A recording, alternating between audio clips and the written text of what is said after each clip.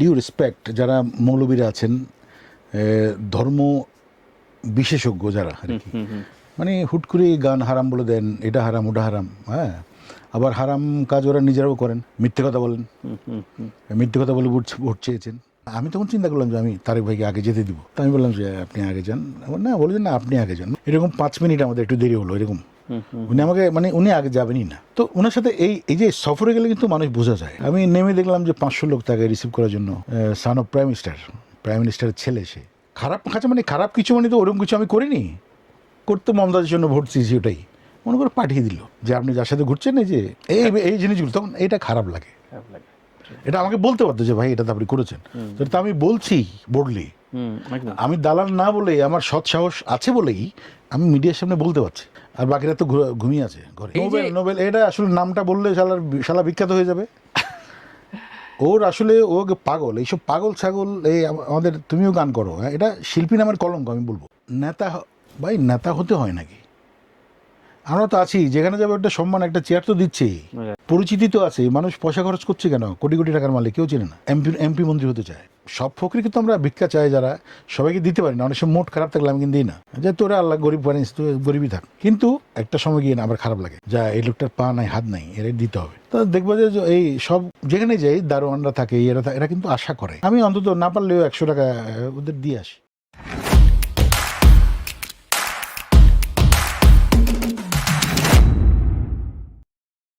আমি ভাইডি বলি তাকে। কেমন আছেন ভাইডি? ভালো আছি। 7 বছর পরে, আমার মনে ছিল না, আমাকে মনে করে দিয়েছে। 7 বছর না? ও মাই গড। আমরা একটু অফিয়ারে আলাপ করছিলাম যে আপনার মধ্যপ্রাচ্যে থাকার একটা অভিজ্ঞতা রয়েছে, পাশাপাশি যেহেতু রমজান মাসে আমরা আড্ডা দিচ্ছি, সেখানকার কালচার এবং আপনার দুই কালচার ওখানে শো করেছেন, একটা এক্সপিরিয়েন্সের গল্প। না, এখানে যে মানে ডিউ রেসপেক্ট যারা মৌলবীরা আছেন, ধর্ম বিশেষজ্ঞ যারা আর কি, মানে হুট করে গান হারাম বলে দেন, এটা হারাম ওটা হারাম, হ্যাঁ, আবার হারাম কাজ ওরা নিজেরাও করেন, মিথ্যে কথা বলেন, মিথ্যে কথা বলে ভোট চেয়েছেন। তো আমি নিজে ছিলাম ওখানে, বিয়েতে গান বাজনা হয়, নাচ হয়, হ্যাঁ, এবং তলোয়ার দিয়ে কিন্তু নাচেন, এবং একটা ঢোল কিন্তু বাজায় একদিকে, হ্যাঁ, উইথ ইনস্ট্রুমেন্ট, এবং কনসার্টও কিন্তু হয়। আমার বিখ্যাত একটা সিঙ্গারের নাম বলি, মোহাম্মদ আব্দু, আচ্ছা, সৌদি আরবের, তার গান আমি অনেক শুনেছি, এবং সেখানে বিয়েতে কিন্তু গান বাজনা চলে, তবে ওপেনলি ওরকম কনসার্ট হয় না, কিন্তু অ্যারাবিক গান হলে হয়। আচ্ছা আচ্ছা, লাস্ট একটা দুটো ওপেন কনসার্ট বোধহয় হলো, যদি আমি ভুল, এটা রিয়াদে এটা, হ্যাঁ, এটা কয়েকটা দেশ মিলে এটা করছে, হ্যাঁ, এটা ওপেন হয়েছে। এটা সালমান যিনি আছেন এখন, সালমান বিন আবদুল্লাহ, মনে কি নাম জানি ওনার, হ্যাঁ, উনি তো ওটা একটা এরিয়াই করছেন, যে এখানে সব কিছু ওপেন। মানে ধর্ম আর কি, ধর্ম নিয়ে এত বেশি কিছু মানে মাতামাতি করা উচিত না আর কি, আমি মনে করি। আমি তো মুসলিম, আমি নিজে হজ করা লোক, তা আমি জানি কিভাবে ধর্ম পালন করতে হবে, মানে ধর্মীয় অনুশাসন। তবে হ্যাঁ, তার সেই জায়গায় অশ্লীল কিছু সবসময় অশ্লীল, এটা সব ধর্মেই কিন্তু নিষেধ আছে। এখন আমি একটা গান গেয়েছি, মনে করো, কেন আজান দিলে যায় না মানুষ মসজিদে, কবর থেকে বলছি মাগো আছি বড় বিপদে। তো এই গান থেকে তো তুমি এই গানকে তুমি হারাম বলতে পারো না, এটা গজল, হ্যাঁ, এরকম আর কি। গানের যেমন মনে বড় আশা ছিল, আব্দুল আলিম গেয়েছেন, মনে বড় আশা ছিল যাব মদিনা, এলি হুজুরাও করে এই গান। তো এই গান তো নিষেধ হতে পারে না, রাইট? তো তুমি কেন গান বাজনা হারাম বলে ওপেনলি কনসার্ট বন্ধ করে দিবা?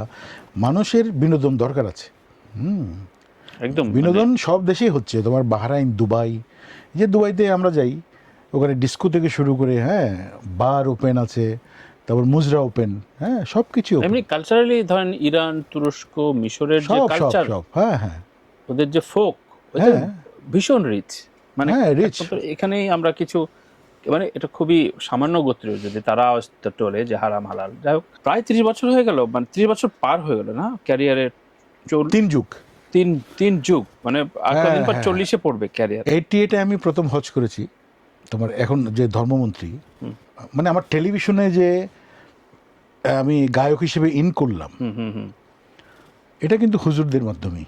কেমন সেটা? এটা 88-এ বন্যা দুর্গতদের সাহায্যে একটা অনুষ্ঠান হয়েছিল, তখন মনে আছে মনে হয়, এরশাদের আমলে। এরশাদ, প্রেসিডেন্ট এরশাদ সাহেব ছিলেন তখন। ওপেনলি তো গান বাজনা হতো না, বাট বন্যা দুর্গতদের সাহায্যার্থে বাংলাদেশ এমবেসি জেদ্দা 2 দিন ব্যাপী অনুষ্ঠানের আয়োজন করেছে, এবং প্রথম দিন আমাকে গান গাইতে দেয়নি, জানে না আমি কেমন গান গাই। পরের দিন আমাকে একটু ইন্টারভিউ নিল যে আমি কি গাই। পরের দিন আমি স্টেজে যখন উঠলাম, তখন তো আর অডিয়েন্স যারা আমাকে নাম দিয়ে দিচ্ছিল না। আচ্ছা, হ্যাঁ, ওখানে একটা করে গান গাওয়ার কথা ছিল, আমি 4-5টা গান গেয়ে ফেলেছি। তখন ওই সময় তোমার কনসুলেট জেনারেল ছিলেন মোয়াজ্জেম আলী সাহেব, উনি ইন্তেকাল করেছেন এই কিছুদিন, মানে উনি ভারতের হাই কমিশনার ছিলেন মোয়াজ্জেম আলী সাহেব। আচ্ছা, তো উনি আমাকে সরকারিভাবে ওই সরকারি একটা চাকরি দিয়ে দিলেন ওখানে।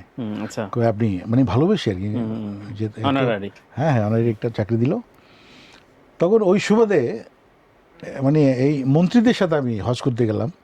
মন্ত্রী, গভর্নমেন্ট ডেলিগেশনে যারা গেছেন, এর মধ্যে আমাদের হাবিবুল্লাহ বালালি ভাই, কারি বিখ্যাত, উনি, তারপরে যে কাইকোবাদ মিলন সাহেব, কাইকোবাদ ভাই, একদম ক্যারিয়ারের শুরুর ঘটনা এটা না? হ্যাঁ, মানে আমি গান করি কিন্তু আমার তো কেউ চিনে না ওরকম।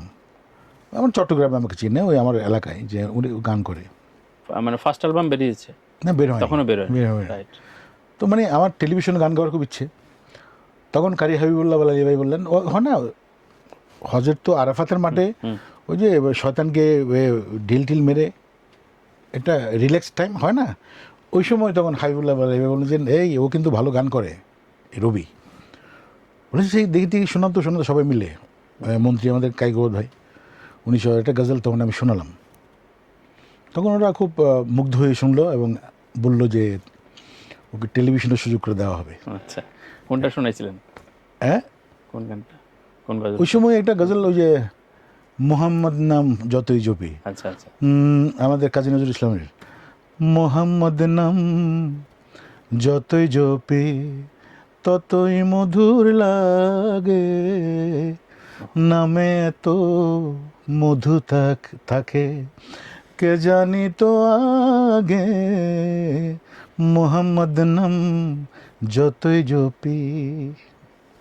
আরে খুব কাট দিল, যে কথা সেই কাজ। বাংলাদেশে আসলাম, বেলাল ভাইয়ের সঙ্গে দেখা করলাম। বেলাল ভাই ফোন করলো, আমাদের পরিচালক, প্রডিউসার ছিলেন লুৎফুর রহমান তালুকদার। একটা ম্যাগাজিন অনুষ্ঠান হতো, রায়হান গফুর সাহেব উপস্থাপনা করতেন, অন্তরঙ্গ ম্যাগাজিন অনুষ্ঠান। তখন একটা আরবি গান আমি, এটা মিশরের মোহাম্মদ সরওয়ার নামে একজন গায়ক আছে, বিখ্যাত গায়ক, তারই গান, বাচ্চা নিয়ে একটি গান সে করে, মানে শিক্ষণীয় একটি গান, অ্যারাবিক। গানটা ছিল এরকম, ওটা দিয়ে আমার মনে করো টেলিভিশনে 91-এ শুরু হয়ে গেল। এরপর তো চলছেই, মুনা ইয়ামুনা ইয়া হেলোয়া ইয়ামুনা। এই দীর্ঘ পথ চলতে চলতে যে বিষয়গুলো আসে, ধরেন ক্যারিয়ারে এখন যে প্রশ্নগুলো অতির মাত্রায় আসছে, যে শিল্পীদের রাজনৈতিক অবস্থানটা, ধরেন আপনার ডেলিগেটদের সাথে চলতে হয় এবং সরকার বদল হয়, কিন্তু আপনাদের তো গানটা নিয়েই থাকতে হয়, এবং অবশ্যই রাষ্ট্রীয় অতিথি হিসেবে আপনি যাবেন, আপনারা যাবেন, ছবি বা ছবির অঙ্গভঙ্গি কিংবা এই যে না, দেশের তোমার আমাদের প্রেসিডেন্ট এরশাদ সাহেবের সাথে আমার ছবি আছে। আমার মনে আছে এটিএন বাংলার একটা প্রোগ্রামে উনি আমার গান শুনেছেন এবং উনি গানের খুব ভক্ত ছিলেন, খুব পছন্দ করতেন। তারপর তোমার যেই প্রাইম মিনিস্টার হয়েছেন সবার সঙ্গে আমার ছবি আছে, কারণ আমরা জাতীয় শিল্পী, জাতীয় মাধ্যমে গান করি। আমাদের নিমন্ত্রণ পত্র পাঠালে আমরা তো অবশ্যই যাব, কেন যাব না। যেমন খালেদা জিয়া, বেগম খালেদা জিয়া আমাকে গান গাইতে নিয়ে গেলেন 2003 সালে, এটা মায়ানমারে। মনে আছে আমার সঙ্গে আমার সহ আর্টিস্ট ছিলেন শাকিলা জাফর, ওই যে তোমার বিখ্যাত গানটা খোলজার ভিতর গাতি রে কমে তোমারে, এই গানটা গেয়েছিলাম আমরা, একদম মাত করে দিয়েছিলাম। তো বার্মার রাজা তো ওরা থামি পরে, ওদের জাতীয় ড্রেস মনে হয় ওটা, ওই থামি পরেই তার ওয়াইফ খুব মজা করছিলেন আর কি। তো সেখানে আমাদের তারিক রহমান সাহেবও ছিলেন, আর তারপর আমাদের তখন বাণিজ্য মন্ত্রী আমির খসরু চৌধুরী ভাই, ফরেন মিনিস্টার মুর্শেদ খান, আমাদের ফালু ভাই, সবাই ছিলেন। সবার নাম বলে তো অনেক লম্বা হয়ে যাবে। এবারের নির্বাচনে রবি চৌধুরীকে দেখলাম খুবই সক্রিয়ভাবে বিএনপির ক্যাম্পেইন করছে, এবং সেটি কি একদম নিজের ভালো লাগা থেকেই দলটির প্রতি? দেখো,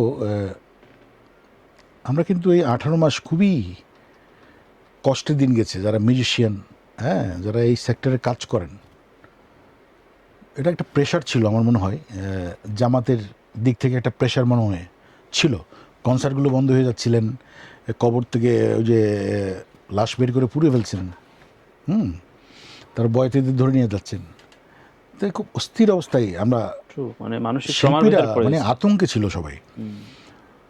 তো এখন যে সংস্কৃতি বান্ধব, হ্যাঁ, জনাব তারেক রহমানের সাথে আমার পরিচয় আছে। আমরা ওই যেহেতু 2003 সালে তো ওখানে দেখেছেন উনি আমাকে। আবার দুবাই থেকে আমরা ফিরছিলাম, দুবাই থেকে বিজনেস ক্লাসে আমি আমার সঙ্গে সাবিনাবার ম্যানেজার, ওই যে জাহাঙ্গীর সাহিদ গান করে, ও ছিল। তো আমরা একসঙ্গেই ফিরছিলাম। তখন অপু ভাই ছিলেন তার পিএস। তো বিজনেস ক্লাসের লাউঞ্জে ওই অপু ভাই আমাকে পরিচয় করিয়ে দিলেন, কথা হলো ওই সময়। পরে আমি ঘুমিয়ে পড়লাম সোফার মধ্যে, বুঝছো? আচ্ছা। তো তারেক রহমান সাহেব যখন চলে যাচ্ছেন, তখন এই আমাকে গায়ে এরকম হাত দিয়ে, হ্যাঁ, ধাক্কা দিয়ে বললেন যে রবি সাহেব চলেন, টাইম হয়ে গেছে। তো এটা হচ্ছে তারেক রহমান। তারপরে প্লেন উঠলাম। এটা আমি বলি, ওই দিন দেখি উনি ওই ইকোনমিক ক্লাস থেকে সবাই ছবি তুলতে আসছে আমার সঙ্গে। আমার পিছনে কিন্তু তারেক রহমান বসা, আমি সামনের সারিতে। তো তারেক রহমানের পাশে ছিলেন জাহাঙ্গীরের টিকিটটা ছিল, অপু ভাই ছিল অন্যদিকে, তার পিএস। তো অপু ভাই আমাকে বললেন যে রবি ভাই, আপনার লোকটাকে একটু বলেন না, যে জাহাঙ্গীর বাড়িতে কাউকে চিনে না ওরা, একটু পিছনে যেতে, কারণ আমি তারেক ভাই পাশে বসবো। আমি জাহাঙ্গীরকে বললাম, তুমি জাহাঙ্গীর ভাই একটু পিছনে গিয়ে বসেন আপনি, এখানে ও ভাই বসবে। বসলো। তো যখন আমরা ল্যান্ড করলো প্লেনটা, বললো যে না, আমি তখন চিন্তা করলাম যে আমি তারেক ভাইকে আগে যেতে দিব। হ্যাঁ, তো আমি বললাম যে আপনি আগে যান। না, বলে যে না, আপনি আগে যান। মানে এরকম 5 মিনিট আমাদের একটু দেরি হলো এরকম। উনি আমাকে, মানে উনি আগে যাবেনই না। তো ওনার সাথে এই যে সফরে গেলে কিন্তু মানুষ বোঝা যায়। আমি নেমে দেখলাম যে 500 লোক তাকে রিসিভ করার জন্য, সান অফ প্রাইম মিনিস্টারের ছেলে সে, তখন কোনো অহংকার নেই, কত জেন্টেল ভদ্র মানুষ। তো সেই হিসেবে আমি মাঠে নেমেছি। আমি তাকে তো চিনি, দেখেছি। আর তার একটা টিম আছে, এই যে সুন্দর করে মন্ত্রিসভাটা সাজিয়েছেন, এটা আর কে সাজাতে পারতো, কোন দল, আমাকে বলো তো? ওদের পূর্ব অভিজ্ঞতা আছে, 3-3 বার দেশ চালিয়েছেন, এরকম মন্ত্রীও আছেন এই মন্ত্রী পরিষদে, আছে না? রাইট। অর্থাৎ এই 18 মাসের এই, এবং আমি বলেছি ওনার কি প্ল্যানিং ছিল আমি জানি না, তবে আমি বলেছি উনি একটা সভ্য দেশে 17 বছর ছিলেন, সে দেশের সিস্টেমগুলো উনি দেখেছেন, ওইভাবেই দেশটাকে চালাবেন, ঠিকই চলছে। আমরা যদি এর আগের পর্যায়গুলো 17 বছরের যে ঘটনাগুলো দেখি, যে অনেকেই ম্যান্ডেট চেয়েছে, এমপি হতে চেয়েছে, সক্রিয় রাজনীতিতে আসেননি কেন আপনি কখনো? ইচ্ছা করেনি এমপি হইতে? বিগত সরকার আমাকে অফার দিয়েছিল, আচ্ছা, যে আপনার কাছে নিয়ে যাই, আপনি এমপি হবেন, আমার বাঁশখালী থেকে। আচ্ছা। তা আমি এমনিতেই আগে থেকে ওরে ভূমিহীন সমিতি, মসজিদ, এতিমখানা, এইসব আমি এই ভালো কাজগুলো, যেসব গরিব মেয়েদের বিয়ে না, এগুলো জানিয়ে না, আমি করেছি অনেক, এই সেবাগুলো করি। তো আমি দুষ্টুমি করে বলেছি যে আমি তো মন্ত্রী হয়ে বসে আছি 3 যুগ আগে, আমি এমপি হতে চাই না। আচ্ছা। কারণ আমি আরামপ্রিয় একজন মানুষ, আর আমার মন্ত্রী, মানে এমপি মন্ত্রী হওয়ার ইচ্ছে আমার নেই। এমপি মন্ত্রী না হয়েও দেশের সেবা করা যায়, খুবই এটা এখানে যে কোনো সুবিধা নেওয়ার জন্য ধানের শীষে আমি ভোট চেয়েছি, সেটাও না, একদম আপনার আবেগের জায়গা থেকে, যে শিল্পী হিসেবে আপনি 18 মাস গান গাইতে পারছিলেন না, দেশটাকে বাঁচাতে হবে, হ্যাঁ, সেই জায়গা থেকে। দুটো জায়গায় আপনি মেজাজ হারিয়েছেন, যে আপনাকে যখন দালাল সম্বোধন করা হয়েছে, ভিডিওগুলো, না আমি বলছি আমাকে দালাল বানাবেন না, আমি বলেছি আপনি, এটা হচ্ছে একজন কলিগ যখন আমাকে ডাকবে, তার এলাকায় আমি গান গাইতে গেছি, তো তখন ইলেকশনের টাইম, মমতাজের জায়গা, মমতাজ আমাদের বন্ধু মানুষ, এটা তো অস্বীকার করার কোনো উপায় নেই, সে যে আমাদের বন্ধু। এখন মনে করো আমাদের বন্ধুদের মধ্যে 10 জনের মধ্যে একজন যদি কোনো দোষ করে, সেটা তো আমার গায়ে পড়বে না, এটা তার ব্যাপার, সে কি করেছে এটা সে দায়িত্ব সে নেবে, আল্লাহর কাছে জবাব সে দেবে। তবে আমার বন্ধু হিসেবে আমি ভোট চেয়েছি, তার মার্কা যখন নৌকা ছিল, নৌকায় ভোট চেয়েছি, তাতে কি হয়েছে? আমি তার ওই সরকারের দালালি করিনি, ওই সরকারের কাছ থেকে প্লটও নিইনি, কোনো সুবিধাও নিইনি, এবং 17 বছরে এমন নেই যে আমাকে গান গাইতে কোথাও নিয়ে গেছেন ওই সরকার, সেটাও নেই। তো এই সরকার আমাকে কিন্তু, বিএনপি সরকার আমাকে নিয়ে গেছে, ম্যাডাম খালেদা জি আমাকে নিয়ে গেছেন গান গাইতে। তো কিছুটা হলো আমি একটু ভোট চেয়ে কিছুটা ঋণ শোধ করেছি, আচ্ছা হয়েছে কিনা জানি না, তবে সবাই ভালো বলেছে আমাকে, যারা দেখছেন, এবং বিভিন্ন বিএনপির নেতারা আমাকে জড়িয়ে ধরছেন, সেলফি তুলছেন, বলে যে আপনি যা করেছেন সত্যি প্রশংসনীয়। আমি বলি যে এটা কিছু, বলে যে এখন তো আপনার সময় না, বলি না, এই সময়টা আমি কিছু না, কিছু পাওয়ার জন্য আমি করিনি, এমনি আমার তারেক রহমান সাহেবকে আমি চিনি, ভালো মানুষ, সেই কারণে আমি। রবিদা, দুটো প্রসঙ্গে আমি একটু স্পষ্ট মতামত শুনতে চাইব যে এই ঘটনা প্রেক্ষিতে ধরেন এই যে মমতাজের কথা বলা হলো, আরো অনেকে যারা খালেদা জিয়ার বাড়ির সামনে সমাবেশ করেছে, এটা অন্যায়, এটা একজন শিল্পী হিসেবে এটা তো আসলে ওনাদের এত কিছু করা ঠিক হয় না, ওনাদের আরো লোক ছিলেন। রাজনীতিতে সম্পৃক্ত হওয়ার ক্ষেত্রে শিল্পীদের সচেতন হওয়া, খুব ভেবে চিন্তে সামনের দিনে আমি মনে করি যে রাজনীতি মুক্ত মানুষ মানে রাজনীতি মুক্ত হওয়া উচিত, আমাদের কালচারটা, মানে সংস্কৃতি ব্যক্তি যারা আছেন রাজনীতি করা উচিত না, কারণ শিল্পী সবার জন্য। হ্যাঁ, আর এই সরকার, আমি মনে করি যে এই যে জনাব তারেক রহমান সাহেব আমাদের প্রধানমন্ত্রী এখন, উনি কিন্তু প্রতিহিংসা রাজনীতি করবেন না, আমি মনে করি। বারবার কয়েক জায়গায় বলেছেন। তবে কিছু কিছু ভোট চেয়েছেন হয়তো, এটা মাফ করা যেতে পারে, কিন্তু খালেদা জিয়াকে যারা অ্যাটাক করেছেন, এটা তো তারেক রহমান ক্ষমা করলেও বিএনপি কখনো ক্ষমা করবে না, আমার মনে হয় না। তবে তারাও তো আমাদের ভাই, হ্যাঁ, শিল্পীদের দেশের নাগরিক, অনেকেই পালিয়ে আছেন, দেশের বাইরে আছেন, তা আমি আশা করব তারা দেশে ফিরবেন। হ্যাঁ, ভুল তো সবারই, ভুল মানুষেরই হয়, সবাই তো ফেরেশতা না। রবিদা, আপনার চোখে পড়েছে কিনা যে ববিতা আপা একটা ইন্টারভিউতে বলেছেন যে শিল্পীদের রাজনীতিতে সম্পৃক্ত হওয়াই উচিত না, ফেরদৌস রিয়াজ আজ কেন পালিয়ে বেড়াচ্ছে, ওদের তো কোনো প্রয়োজন ছিল না, ওরা কি পায়নি, জনপ্রিয়তা সবকিছু তো পেয়েছে, রাজনীতিতে কেন ঢুকতে? ওরা তো এমনিতেই সুপার হিরো। রিয়াজ তার আত্মীয়, নিকট আত্মীয় ববিতা আপা, তারপরও সেটা বললেন। এই উক্তির সাথে আপনি সহমত কিনা? অবশ্যই সহমত। এই যে রাজনীতি না করলে আজকে তারা অনেক কাজ, ওদের অনেক দেওয়ার আছে। এই আমাদের এই যে সিনেমাগুলো বন্ধ হয়ে আছে, একজন সাকিব খান ছাড়া আর কি আছে বলো আমাকে? তারা তো তার পাশাপাশি ছিলেন। আর একটা প্রসঙ্গ হচ্ছে কালো তালিকা, একটা অদ্ভুত নিয়ম আমরা কয়েক বছর পালা বদলে দেখেছি। এই কালো তালিকাটা বলা হচ্ছে যে না, এবার কোনো কালো তালিকা থাকবে না। এবার কিন্তু টেলিভিশনে গিয়ে তো আমি দেখছি যে আছে। যেমন আমি নাম বলবো না, কিছু শিল্পীর নাম বললাম যে বলে না, এটা একটু প্রবলেম আছে। সো এটা অলিখিত একটা কালো তালিকা, সাদা তালিকা তৈরি হয়ে যায়। তার মানে এই আমলে রবি চৌধুরী, মনির খান, বিভিন্ন রিজা পারভিন, আসিফ আকবর, ন্যান্সি এরা বেশি গাইবে, বাকিরা একটু কম গাইবে, ব্যাপারটা এরকম। আমি সবসময় নতুনরা বেশি গাক, হ্যাঁ আমি এটা চাই, কারণ আমি তোমাকে ওপেনলি বলি একদম আজকে, এই যে পেয়াল হাসানও কিন্তু আমাকে বলে যে ভাই আমি একটা অনুষ্ঠান করছি, দুটো গান করেন। আমি বলছি না, নতুনটা করুক না, আমি করবো পরে। আর আমি একটা দুটা গানের জন্য যাই না কখনো, খুব রিকোয়েস্ট, মানে একটু বিপদে পড়লে যাই আর কি। তো আমি চাই যে নতুনরা গাক। হ্যাঁ, আর যদি তোমরা এরকম কালো তালিকা করো, তাহলে তো শিল্পী পাওয়া যাবে না। সবাইকে নিয়েই থাকতে হবে, সবাইকে নিয়ে আমাদের থাকতে হবে, এবং কালো তালিকাটা করা উচিত না।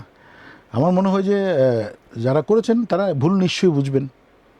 হ্যাঁ, এরা মানে এই তালিকাটা করা উচিত না, সবাই গাইবে। সো রবিদা, 3 যুগ, একটা বিশাল ডিকেড, গত কয়েক বছর ধরে ব্যান্ড, সলো পারফর্মাররা যুগপূর্তি, 40 বছর, 35 বছর পূর্তি বিশাল অনুষ্ঠান করছিল। আপনার আয়োজনটা কবে পাবো আমরা? আয়োজন তো তোমরাই করবে ভাইডি, আমি তো নিশ্চয়ই কিছু একটা হবে, উচিত হবে, একদম আমার ওপেন মঞ্চে এটা আমরা করব, এবং যারা আমাকে ভালোবাসেন তারা অবশ্যই আসবেন। আচ্ছা, এটা তোমার সাথে বসেই ঠিকঠাক করবো, আমি অসুবিধা। 3 যুগে ক্যারিয়ারে মানে আমার গান কেউ গাইবে, আমি তো থাকবোই। I wish. হ্যাঁ, শাফিন ভাইকে খুব মিস করছি। দেখেন অল্প সময়ে শাফিন ভাই নাই, এত জেন্টেল মানুষ, এত ভদ্র মানুষ। তার সঙ্গে আমি 71 টিভিতে সর্বশেষ প্রোগ্রাম করেছিলাম, আমার মনে আছে, একসঙ্গে একই আড্ডায়। এই ছবিটা আছে এখন আমার কাছে। কত মানুষ চলে গেল। হ্যাঁ, এবং তার ফ্যান ছিলাম কিন্তু আমি, শাফিন ভাইয়ের। ওনার গায়কিটা একটু মানে একেবারে ডিফারেন্ট। অবাঙ্গালি একটু ব্যাপার ছিল, মানে মনে হচ্ছে বাংলা ইংলিশ মিক্স করে একটা কি যেন গান গাছে, চাতারা সূচনা তুমি ন পাহাড়ি ঝর্ণা, যদি বলি ফুল তবু পাবে ভুল, তোমার তুলনা হয় না, তুমি না এলে এই পৃথিবী আমার হারাবে আপন ঠিকানা। এভাবে আজকে গান শোনো, রবি চৌধুরী মনে হচ্ছে ভার্সেটাইল কিন্তু, হ্যাঁ ডেফিনেটলি এক জায়গায় না। তুমি গজল গাইতে বলবো, আমি গেয়ে দেবো। তুমি ফোক, আমার ফোক অনেক অসংখ্য গান আছে, এটা অনেক শিল্পী, হ্যাঁ সব রবীন্দ্রসঙ্গীত গাইতে পারবো, নজরুল গাইতে পারবো আল্লাহর মধ্যে। এটা গড, থ্যাঙ্কস গড। সত্যি, এবং এখনো একইভাবে আপনি স্টেজ যেভাবে গ্রিপে রাখেন, এটা আমি আমার দেখা বলে, এটা তোমাদের দোয়া। এবং আমি বলি সর্বাধিক সময় মানুষের ভিতরে ভালো হয় না, ভিতরে যদি ভালো হয় তাকে কেউ ঠেকাতে পারে না, দিলটা সাবজেক্ট একদম। তোমার এটা যদি পরিষ্কার হয়, তোমাকে কেউ কখনো ঠেকাতে পারবে না। একদম তুমি মার্ডার কেস থেকে বেঁচে যাবে, মার্ডার করেও, যদিও মার্ডার করি না আমরা, শিল্পীরা জীবন দিই, মানে অনেক ওয়ারেন থেকে তুমি বেঁচে যাবা। শুধু যে কোনো বিপদ থেকে তোমাকে আল্লাহ বাঁচিয়ে দেবেন, সেটা আমাকে দেয়। তারপরে আপনাদের ভেতরে সঠতা থাকে, পেছন থেকে কথা বলা থাকে। ক্যারিয়ারে কিছু মানুষ এই দীর্ঘ সময় এরকম আঘাত কেমন পেয়েছেন? আঘাত পেয়েছি মানে আমার সঙ্গে থেকে যখন একটা মানুষ আমার সঙ্গেই চলছেন, হুট করে যখন জানলাম যে ও একটা নেগেটিভ কিছু আমার নামে হোয়াটসঅ্যাপে পাঠিয়েছে অন্য কাউকে, হ্যাঁ, কি তখন সেও আবার আমাকে বলে দিয়েছে যে আপনার এই আপন মানুষটাই এটা করেছে। তখন খারাপ কাছে, মানে খারাপ কিছু মানে তো ওরকম কিছু আমি করিনি, করতে মমতাজের জন্য ভোট চেয়েছি, ওটাই মনে করে পাঠিয়ে দিল যে আপনি যার সাথে ঘুরছেন এই যে, ও আচ্ছা, এই জিনিসগুলো, তখন এটা খারাপ লাগে। এটা আমাকে বলতে পারতো যে ভাই এটা তো আপনি করেছেন, তো আমি বলছি বোল্ডলি, আমি দালাল না বলে, আমার সৎ সাহস আছে বলেই আমি মিডিয়ার সামনে বলতে পারছি, আর বাকিরা তো ঘুমিয়ে আছে ঘরে। রাইট, একদম স্পষ্টভাবে আপনি উত্তর দিলেন। দেখলাম কিছুটা মেজাজ হারিয়েছিলেন, বাট এটা স্বাভাবিক, হিউম্যান বিং হিসেবে খারাপ লাগে এগুলি। হ্যাঁ, আমি একটু ফ্ল্যাশব্যাকে যেতে চাই। খালিদ হাসান মিলু, রবি চৌধুরী, মনির খান, আপনাদের ভেতরে এক ধরনের কি প্রতিযোগিতা, প্রতিদ্বন্দ্বিতা? মনির খান তো আমার 10 বছর পরে আসছে। হ্যাঁ, মনির আমার ছোট ভাই, ওকে আমি বয়সে যদি আমরা কাছাকাছি, ওদিন আমি বললাম যে আমার 88 যখন আমার একটা ফেসবুকে লিখলাম যে 88 আমি হজ করেছি, বয়স ছিল 18, তখন নাসিব বললাম আমার বয়স 18 হবে, এখন কি হবে? ওকে আমি ছোট ভাই বলি। কিন্তু মনির খান পাশে বসলে কিন্তু তাকে সিনিয়র লাগে, মানে আপনি বয়সে কিন্তু না, ক্যারিয়ারে যেহেতু সিনিয়র, ওই কারণে আমাকে সে মানে সম্মান দেয়, রেসপেক্ট, ভালো ছেলে। মিলু ভাই হচ্ছে আবার আমার সিনিয়র, হ্যাঁ আমার সিনিয়র বড় ভাই, বন্ধু দুটোই। একটা সময় মানে পপ গানে তো আপনারা একসাথেই। হ্যাঁ, মিলু ভাই আমি বিশ্বদা, মানে ওদের মধ্যে আমি জুনিয়র ছিলাম, কিন্তু আমরা একসঙ্গেই কোথাও গেলে একসঙ্গে যেতাম আর কি, এরকম। তাহলে একটা প্রিয় প্রশ্ন করি, সেটা হচ্ছে আমাদের জনশ্রুত আছে দীর্ঘদিন, আপনাকে বলবো বলে আজকে অফিসিয়ালি বলি, কুমার বিশ্বজিৎ ভার্সেস রবি চৌধুরী, তপন চৌধুরী ভার্সেস রবি চৌধুরী, একটা দ্বন্দ্ব, একটা শীতল সম্পর্ক ছিল কিনা এক সময়? খুবই প্রতিদিনই কথা হতো আমার বিশ্বদার সাথে, কিন্তু একটা সময়, হ্যাঁ, এবং তপনদার সাথেও, তপনদার চেয়ে আমার বেশি ছিল বিশ্বদার সাথে, মানে ফ্রেন্ডশিপটা। আচ্ছা, মানে বড় ভাই ছোট ভাই, প্রতিদিনই একবার করে কথা হতো। এবং তোমার যখন আমার প্রথম বাচ্চা রিমঝিম, নিবিড়, ওরা একই সময়ের, 4 মাস 5 মাস একই সময়ের। ওই সময় আমার বাসায় আমি 6 তলায় থাকতাম, যখন লিফট ছিল না বনশ্রীতে, ওই ভাবি আর বিশ্বদা আসলো আমাকে, আমার বাচ্চাকে দেখতে। তো নিবিড় আমার কোলে ছিল এবং রিমঝিম বিশ্বদার কোলে ছিল, এই ছবিটা আছে। তো কীরকম সম্পর্ক বুঝতে পারো। আমি চট্টগ্রাম তো আমি যাই সব সময় ড্রাইভ করে, আই লাভ ড্রাইভ, এবং হতে যাবে রবি, আমি যাই তো পরশুদিন, ঠিক আছে আরো জি, একসঙ্গে দুজন যেতাম, গল্প করতে করতে বিভিন্ন গল্প করতাম। তো তপন দা সেদিন আমাকে ভিডিও কলে উইশ করেছে। আমার মোর ম্যাচিউরড, এখন একটা আপনার মুরব্বি, কিন্তু ওই সময় ক্রেজিনেস, আপনার উত্থান হঠাৎ করে, মানে সবাইকে ছাড়িয়ে তরতর করে আপনি এসেই যে 2-3টা একটা জেলাস তো ভিতরে ভিতরে সবারই কাজ করেছে অবশ্যই, এটা কারণ ওনারা যখন 3 লাখ টাকা নিতেন, আমি নিতাম 10 লাখ। ওই সময় কেমনে ট্যাকেল দিতেন? যে এই মিলু ভাই আমাকে নিয়ে ঘুরেছে, মিলু ভাই 2.5 লাখ টাকা নিচ্ছে, আমি নিচ্ছি 10 লাখ অ্যালবাম। এটা আমি কিন্তু বুঝতে পারছি, কিন্তু সেও বুঝছে যে এটা রবি এটা নিচ্ছে। হ্যাঁ, তো এটা খারাপ লাগারই কথা, কিন্তু ওই মিলু ভাইয়ের সাথে আমার এটা ছিল না। আচ্ছা, না মিলু ভাই কারণ মিলু ভাই আমি একসঙ্গে ঘুমাতাম, একসঙ্গে সব জায়গায়। এই ত্রয়ী আমেরিকাতে প্রথম আমি মিলু ভাই যেহেতু আমাকে নিয়ে অনেক ঘুরেছে, অনেক কষ্ট করেছে আমাকে নিয়ে, আমি মিলু ভাইয়ের প্রথম আমেরিকা সফরটা আমি করিয়ে দিয়েছিলাম। আচ্ছা, ইন্ডিয়ান প্রমোটার দেব ঘোষ তখন ছিল, ইন্ডিয়ান প্রমোটার ছিল। এই আলম কিন্তু প্রমোটার ছিল না। আমি যখন 99-এ প্রথম যাই, জলি মুখার্জি ওই যে মোকাবেলা লেলা হো লেলা চাঁদিনী তুমি ওরা গান বলতে হয়, জলি মুখার্জি তো বাংলাদেশে তো ফেমাসটা। তো এই জলি মুখার্জি ছিল, মৌলি গাঙ্গুলি ছিল, ডলি ছিল, আমি ছিলাম, কাজল ছিল, কৌতুক। এই টিমটা আমরা গিয়েছিলাম 99-এ 9টা শোর জন্য। তো একটা শো আলম কিনে নিয়েছিলেন ওই সময় নিউ ইয়র্কের জন্য। ইয়র্ক কলেজে এটা হয়েছিল, সাকসেসফুল শো। তখন থেকে আলমের সাথে পরিচয়। আচ্ছা আচ্ছা, হ্যাঁ, তো মিলু তখন দেবঘোষ আমাকে বললো, ইন্ডিয়ান প্রমোটার কলকাতার, এখন আর কাকে নেওয়া যায়, প্রতি বছর একটা গ্রুপ নিয়ে যায়। তখন আমি মিলু ভাইকে, মিতানুরকে আচ্ছা আচ্ছা আচ্ছা আপনি ইন্ট্রোডিউস করালাম। কন্ট্যাক্ট হলো শেরাটনে গিয়ে, আমি নিজে কন্ট্যাক্ট করে দিলাম। এবং ফিমেল সিঙ্গার ছিল কনক চাবা, ওদের টিম, ওই টিমটা। আর ইন্ডিয়াতে কারা ছিল আমি জানি না, এই আর কি। তো এটা আমি মিলু ভাই তো আমার একদম কলিজার মানুষ, বিশ্বদাও তাই। মানে অ্যাজ এ অনেক কে কী মনে করেন জানি না, আমার খুবই পছন্দের। তপন চৌধুরী, বিশ্বদা, সিনিয়রদের মধ্যে আর কি, মিলু ভাই এরা আমার খুবই কাছের।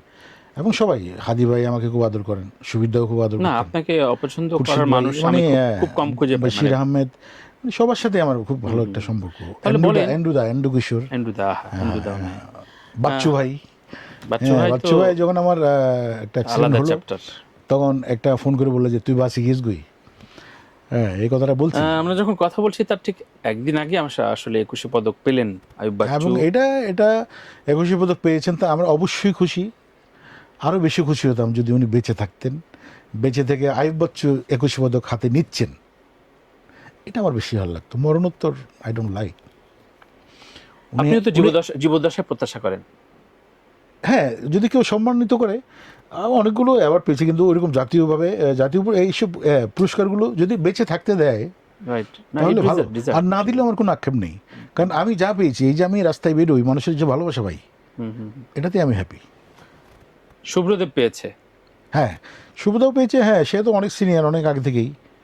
হ্যাঁ, এখন যে যেভাবে পাক পেয়েছে, তো পেয়েছে, এটাকে অ্যাপ্রিশিয়েট করতে হবে একদম। হ্যাঁ, এটা যেভাবে পাক, আপনি এক লাইনে অনেক কিছু বলে দিলেন, পেয়েছে তো, এই যে যেভাবে পাক। হ্যাঁ, কিন্তু উনি তো গানটাকে মানে সার্ভিস দিয়েছেন, কালচারটাকে। ট্রু ট্রু, এত বছর ধরে না, যেভাবে হোক। স্টেজে সবাই একই সমান বা একই অ্যারেঞ্জার বারবার ডাকে না, কিন্তু আপনার ক্ষেত্রে দেখলাম দেশে বিদেশের অনেকগুলো অ্যারেঞ্জারের ক্ষেত্রে আপনার অনেক রিকল হয়েছে, প্রচুর। মানে আপনি এক জায়গায় গিয়েছেন, তারপর মানে যে কোনো ভাবে আপনার প্রতি, আমি নিজে সাক্ষী, মানে আপনার অবর্তমানে আমি কথা বলেছি অনেকের সাথে, না ইজ সো নাইস, আমি তার বারবার আনতে ইচ্ছা করে।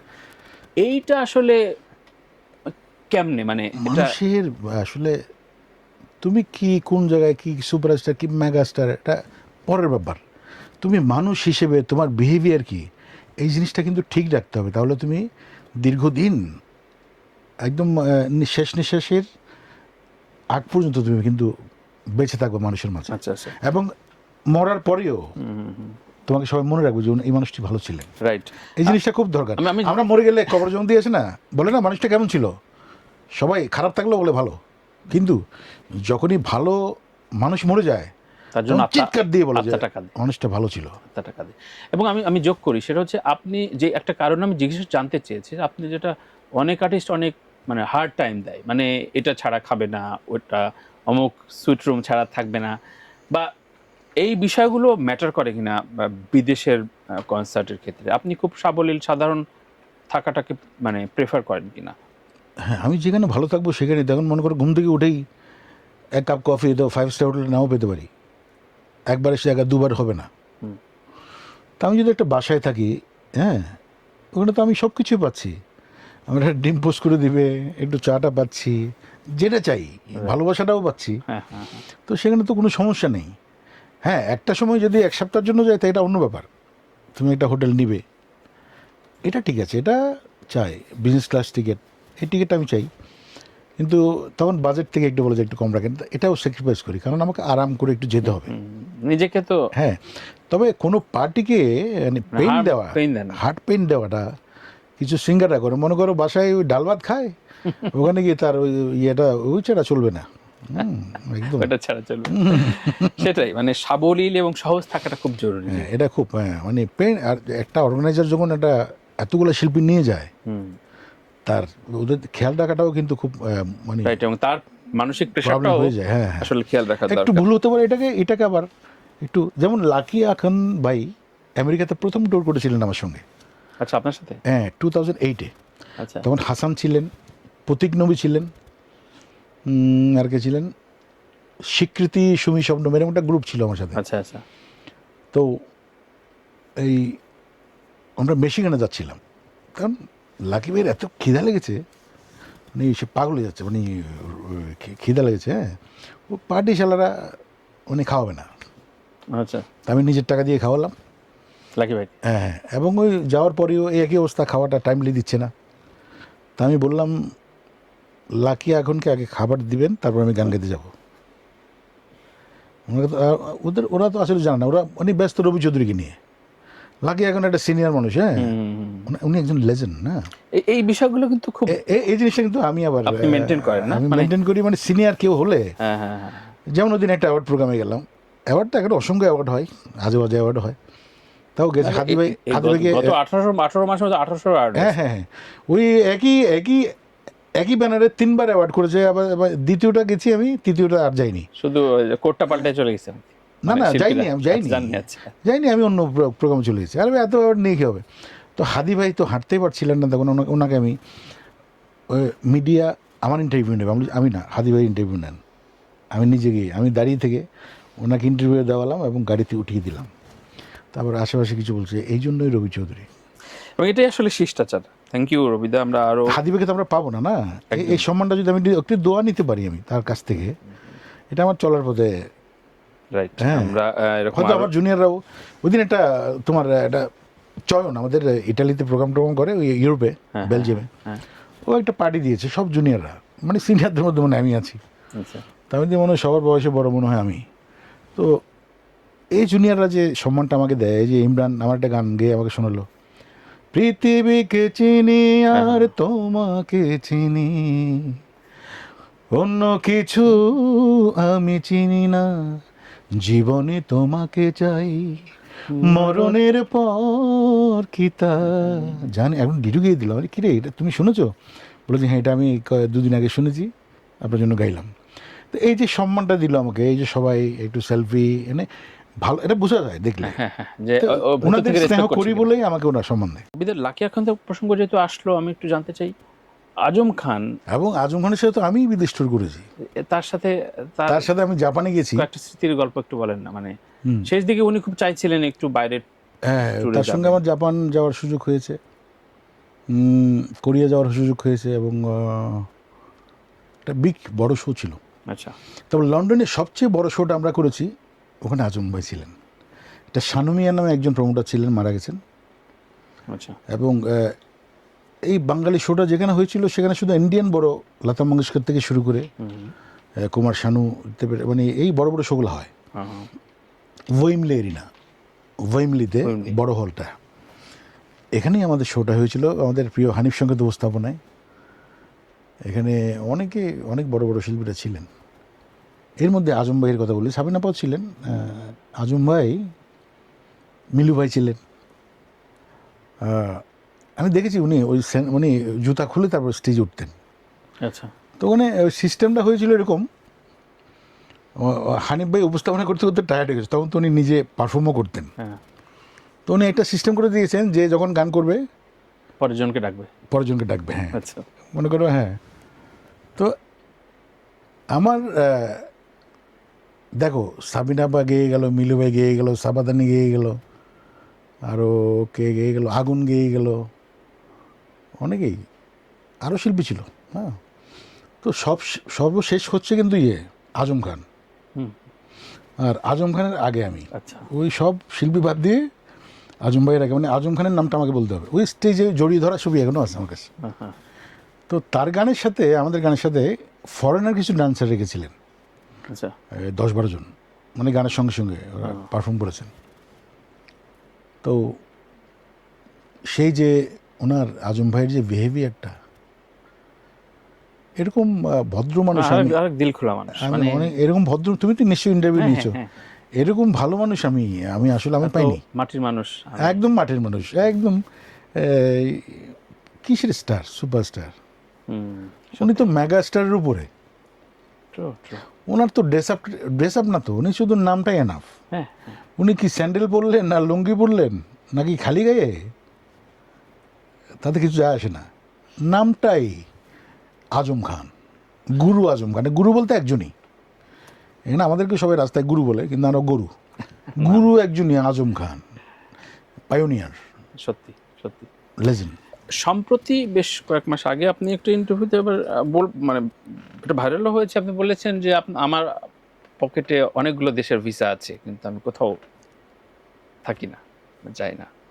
এটা তো একদম সত্যি, এটা তো আমি চাইলে 20 বছর আগে সেটেল হতে পারতাম। তো 99 যখন আমেরিকা গিয়েছিলাম তখনই তো আমার পাসপোর্ট হয়ে যেত না।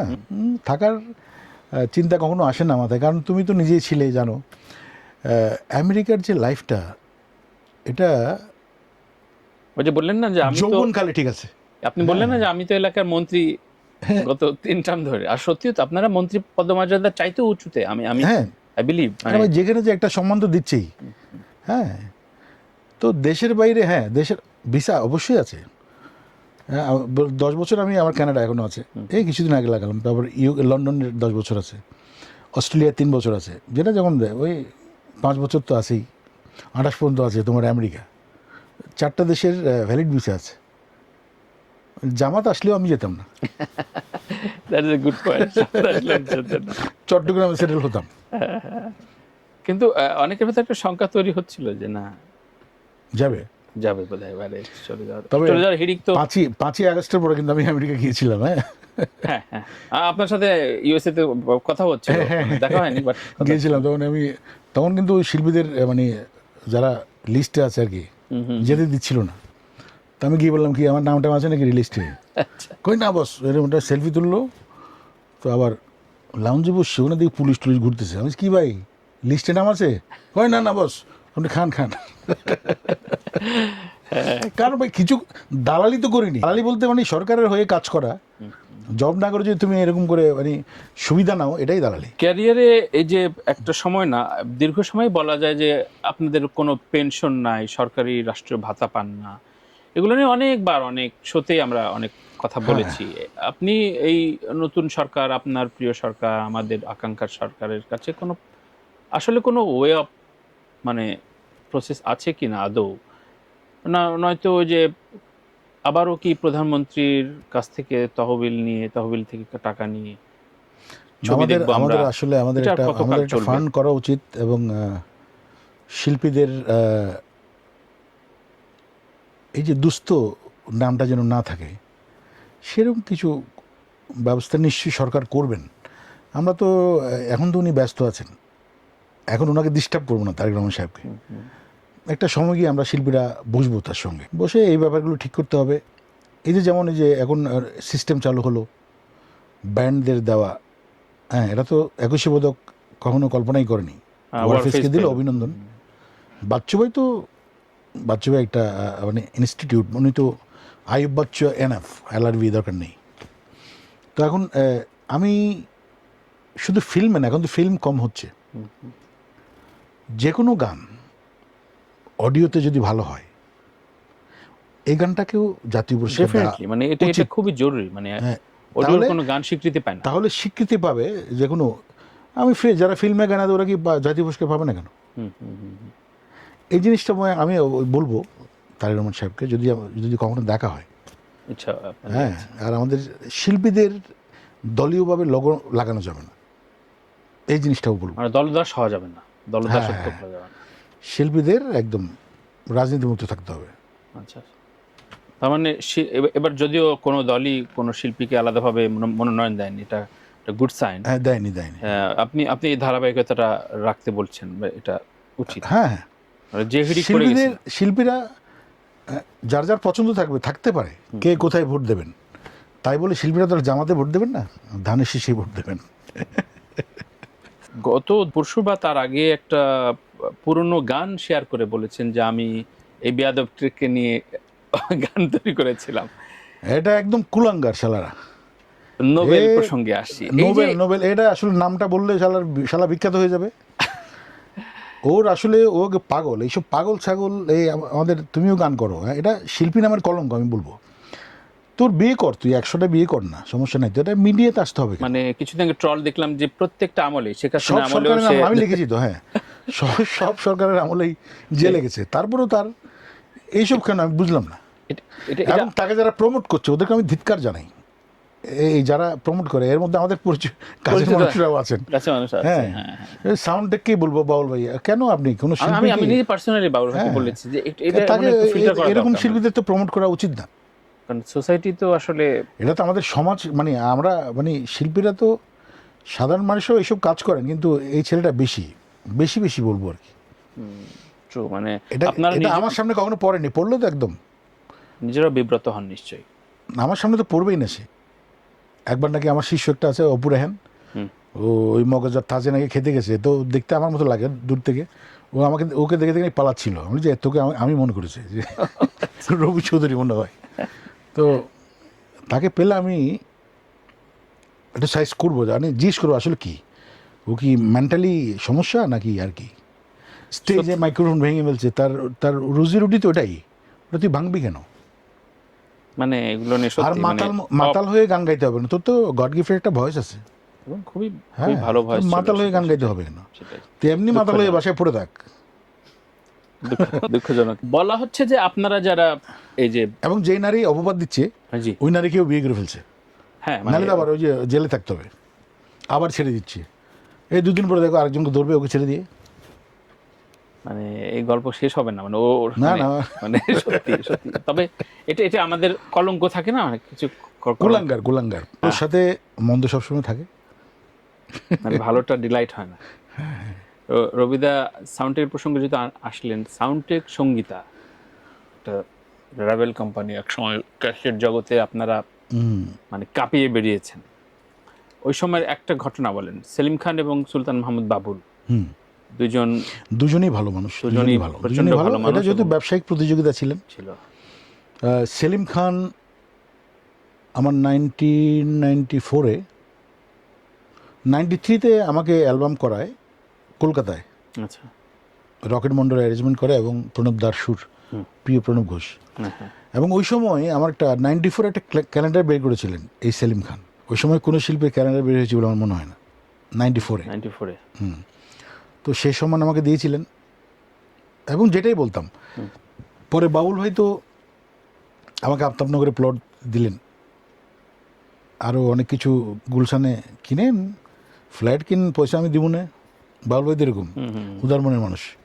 তো আমি ফ্ল্যাট নিই নাই গুলশান টুলশানে। আমি না ঠিক আছে ভাই, ওটা ওনাদের অনেক সহযোগিতা আমরা পেয়েছি।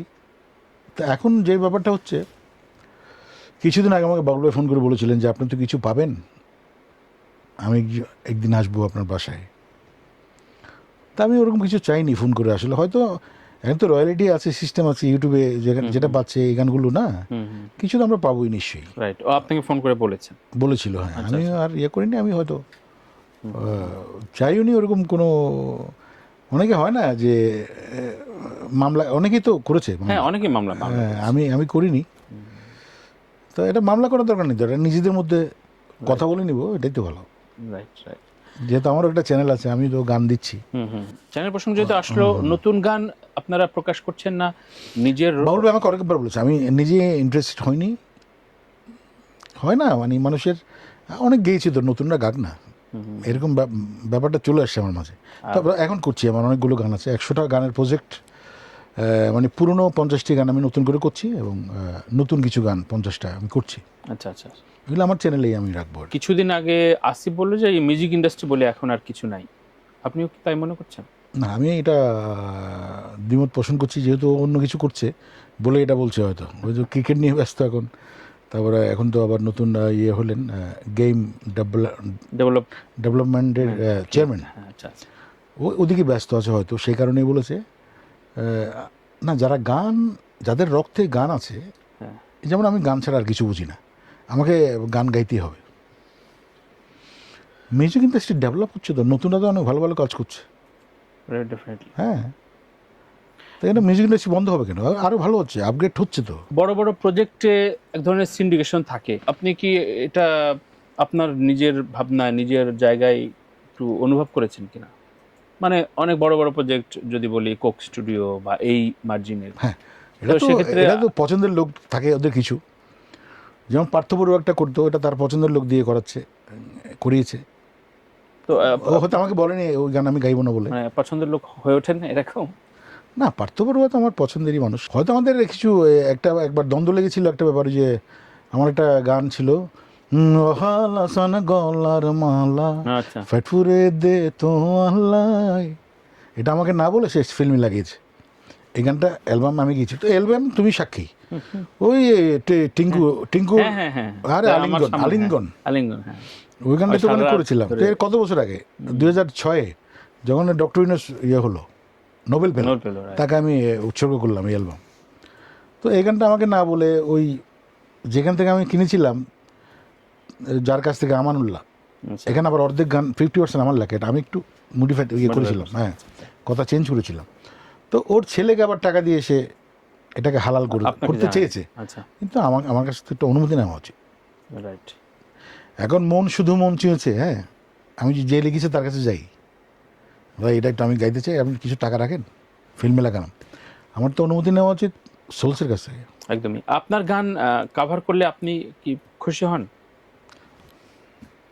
এই যে আমি সম্প্রতি টেলিভিশনে যেতে পারিনি একটা প্রোগ্রামে, হ্যাঁ, আমার গলাটা একটু বসা ছিল, আমি বললাম যে না, এটা অন্য কাউকে দিয়ে গাও। ওই যে মিলন খানের গীতিকার হিসেবে গেছে ওই সাদা কাফুনে, আচ্ছা, তো এখানটা ওই নতুন প্রজন্মের একজনকে দিয়ে করিয়েছে, তাতে ক্ষতি কী? সাংগঠনিক তৎপরতা কেমন বাংলাদেশের সঙ্গীত প্ল্যাটফর্মে? মানে অনেক হলো তো, কিন্তু কেউই আপনারা এক হইতে আমরা পারলেন না। এক হতে পারলাম না, খুবই কেন? কোন দুঃখজনক। জায়গাটা, গলতটা কোন এখন জায়গায়? গলতটা হচ্ছে সবাই লিডার হতে চায়, আপনিও? আমি তো এসবের মধ্যেই নাই। আমি মনির খানকে বললাম ওই দিন, তুমি তো দল করো, কিছু একটা নিয়ে নাও, অনেক তো খেটেছো আমার সঙ্গে। কই বস আপনি? ভালো যে আমি এসবে নাই, আমি একটু আরাম প্রিয় মানুষ, ঘুমাতে পছন্দ করি। আমি সাপোর্ট করেছি, ভোট চেয়েছি, এটা বিনিময়ে আমি কিছু চাই না। তবে তুমি একটা সুন্দর জায়গা নাও, আমি চাই। তো আমি ওরকম নেতা, ভাই নেতা হতে হয় নাকি? আমরা তো আছি, যেখানে যাবে একটা সম্মান, একটা চেয়ার তো দিচ্ছেই, রাইট। পরিচিতি তো আছে, মানুষ পয়সা খরচ করছে কেন? কোটি কোটি টাকার মালিক কেউ চেনে না, এমপি মন্ত্রী হতে চায়। তোমার 1000 কোটি টাকা আছে, তুমি এক লাইন সুরে গান গাও তো, পারবে না। এটা কিন্তু একদম, সেই জন্য শিল্পীদের সম্মানও দেন, তবে সম্মানটাকে ধরে রাখতে হবে। এরকম নোবেল বাহিনী হলে হবে না। নতুন প্রজন্মের অনেকেই আছেন বাহিনী, একটু বেয়াদব টাইপের আছেন, অন্যের গান গেয়েই তারা এত অহংকার করেন। ধার করা গান করিস তোরা, ইভেন কাউকে চেনেও না, মানে কি হ্যাঁ, না। চিনেও না চেনার একটা হ্যাঁ, ভান জি না, করে। মানে এই নিজের মতো করেই, মানে একটা মূল শিল্পীর নামও বলে না, গেয়ে যাচ্ছে। হ্যাঁ, আমার তো মনে হয় ওদের রয়্যালটি দেওয়া উচিত, যারা গান করে বাসায় পাঠিয়ে, মানে 25,000 টাকা নিলে 5,000 টাকা পাঠিয়ে দিবে খুরশিদ আলমকে। চুমকি চলে যে একা পথে, গাইবি, 5,000 পাঠিয়ে দে খুরশিদ আলমের বাসায়। ঠিক একইভাবে ওরে নীল দরিয়া গাবি, ওরে নীল দরিয়া, আব্দুল জব্বারের বাসায় পাঠিয়ে দে 5,000, নিশ্চিত তো 30,000। ওদের রেট আমার জানা আছে, 50-50-এর উপরে না। আমারও তো আবার 5 লাখ টাকা বেশি টাকা নেই, চাই ডিমান্ড করি, ব্যাপারটা মানে এমনটা বলছি না, চাই বলে আমাদের নিতে কষ্ট হয়। Right. কারণ ইয়ে তো হচ্ছেই, মানে ফুটু হয়েছে, ফুটু তো বন্ধ করতে পারছে। হ্যাঁ, এটা যেটা দিয়ে করো। একদম। দেশে বিদেশে প্রচুর শো করেছেন, আপনার এক দুইটা গল্প শুনতে চাই। আপনার ক্রেজি ফ্যানের সংখ্যা কম না। হ্যাঁ, ইটালিতে একবার আমি মানে স্টেজে গান করছিলাম মিলানোতে, তখন আমার ওই গানটা, তুমি দুঃখ পাও কষ্ট পাও, গানটা হিট ছিল ওই সময়ের। এটা ইমনের কম্পোজিশন, শওকত আলী ইমনের, আমার সুর, এই চিমনিপুর লেখা। তো একটা মেয়ে, হল ভর্তি অডিয়েন্স, দৌড় দিয়ে আসলো, ইয়াং, এসেই না আমি ভেবেছি আমাকে গান রিকোয়েস্ট করবে, ওইটা বলে তুমি দুঃখ পাও কষ্ট পাও বলে এখানটা আমি অনেক শুনতাম বলে একটা কিস দিয়ে দিলাম আমার গানে। আচ্ছা। পুরা মেয়েটা ওখানে ওই মিলানোতে ভাইরাল হয়ে গেল। তা আমি খবর নিলাম যে কি মেয়েটা কি মানে কয়েকটা 6 মাস আগে আসতে বাংলাদেশ থেকে। ও আমি যে তাই তো, এখান তো বাংলাদেশে হিট। তো এরকম আছে অনেক গল্প। দেশের মধ্যে আমার একটা গান আছে, পুত্র এখন পয়সাওয়ালা। এটা সিনেমাও হয়েছে, গাজী ভাইয়ের লেখা, গাজী মজুর নামের লেখা। এই গানটা যখন আমি স্টেজে গাচ্ছিলাম এই ঢাকার আশেপাশেই, একজন বৃদ্ধ মহিলা কাঁদছিলেন এই গানের সময়। এই গানের গল্পটা হচ্ছে বৃদ্ধাশ্রম লাইক। উনি, আমি দেখতে পাচ্ছিলাম যে আমার চোখটা ওনার দিকেই, যে উনি মুছছেন চোখের পানি। হ্যাঁ, তো যখন আমার পারফরমেন্স শেষ হলো উনি আসলো, ওনাকে ডাকলাম, আমাকে জড়াই ধরে কাঁদলেন, বাবা একটি গান গেয়েছো তুমি। তার মানে হচ্ছে পুত্র এখন পয়সাওয়ালা, বাড়ি যে তার 3-4 তালা, সব তালাতেই ঘর আছে, মায়ের নাইরে ঘর, বিয়ের পরে বউ আপন, মা এখন পর। এই গানটা শুনেই কিন্তু সিনেমা করলেন আমাদের ডক্টর মাহফুজুর রহমান। ওনার সাথে 20-30টা দেশে আমি গেছি। এই গানটা আমি শুরুতেই এই গানটা করতাম মায়ের গানটা। তখন আমাকে ওই একদিন আড্ডায় বলে যে রবি এটা সিনেমা হতে পারে না? আমি যে হ্যাঁ হতে পারে। তখন গাজী ভাইকে ডাকলেন তার অফিসে এটিএনে, নার্গিস আক্তার ডিরেক্টর, আমি সঙ্গীত পরিচালক, নচিকেতাও গাইলেন, মনির খান গাইলেন, মৃদুলা এটিএন তারকাও গাইলেন, ম্যাক্সিমাম গান আমি করলাম। ওখানে একটি গান ছিল, আমি আবার যদি জন্ম নিই মন্ত্রী হব না। মন্ত্রী হব না মানে আমি আবার যদি জন্ম নিই মন্ত্রী হব না, সবাই বলে আপন তবু কেউ নয় আপন, কারো জন্য হয় না ডায়াল লাল টেলিফোন, যেটা প্রাইম মিনিস্টার সরাসরি ডায়াল করেন। এটা ডায়াল হলে তো তোমার সব সমাধান শেষ। একটু নচিকেতা আশ্রয়, যদিও আপনার বাপ ছেলে বাপ বেটার সম্পর্কে, হ্যাঁ সম্পর্কটা এখন কেমন? যোগাযোগ নিশ্চয়ই রয়েছে? খুব ভালো। মানে শরীরটা যদিও ভালো না, ভেঙে পড়েছে। আমার সাথে কথা হয়েছে 6 মাস হলো। তো বললো যে দেখ তো দেখি, এই যে আমাদের ভিসা বন্ধ করে দিল, আমিও আসতে পারছি না, তোকে দেখতে তুইও আসতে পারছিস না। হ্যাঁ, মানে এটা কি আপনার একটু পোড়াই কিনা? যদিও ইন্ডিয়ায় খুব একটা শো বোধহয় আপনাদের হয় না, কিন্তু এই যে যোগাযোগটা ইন্ডিয়াতে শো আমি কিন্তু করেছি। হ্যাঁ, তোমার নেতাজি স্টেডিয়ামে আমি শো করেছি। আচ্ছা। আমি এটা এটিএন স্পন্সর ছিল, আমি সুব্রদা, আরও লোকাল শিল্পীরা ছিলেন ওখানে। তারপর আমি তোমার সবচেয়ে বড় কথা কি, আমি 93-তে ইন্ডিয়াতে আমি শো করেছি বিরাটিতে, আমাদের লেজেন্ড শেফালি ঘোষ। আচ্ছা। তো তার হাজব্যান্ড ছিলেন ননীগোপাল দত্ত। তা আমাকে বললো যে ইন্ডিয়াতে শো করবে। তাই বললাম আমি তো একটু, তখনও বাজেট নেই, বাজেট তো নেই, তবে এই দেবে। তা আমি চিন্তা করলাম ইন্ডিয়াতে একটা অভিজ্ঞতা নিয়ে আসি, কী অবস্থা কীরকম। বিরাটিতে দেখলাম যে শালার, আমি যখন শুরু করলাম, বেদনার সবটুকু আমাকে দিয়ে সুখ নিয়ে তুমি ফিরে যাও, মা, এইখান থেকে অডিয়েন্স আমার সাথে গাচ্ছে বিরাটি। ব্যাপার কি কয়, এরা তো চট্টগ্রাম থেকে এসে ম্যাক্সিমাম, আর এখানে ইন্ডিয়ানরাও আছে।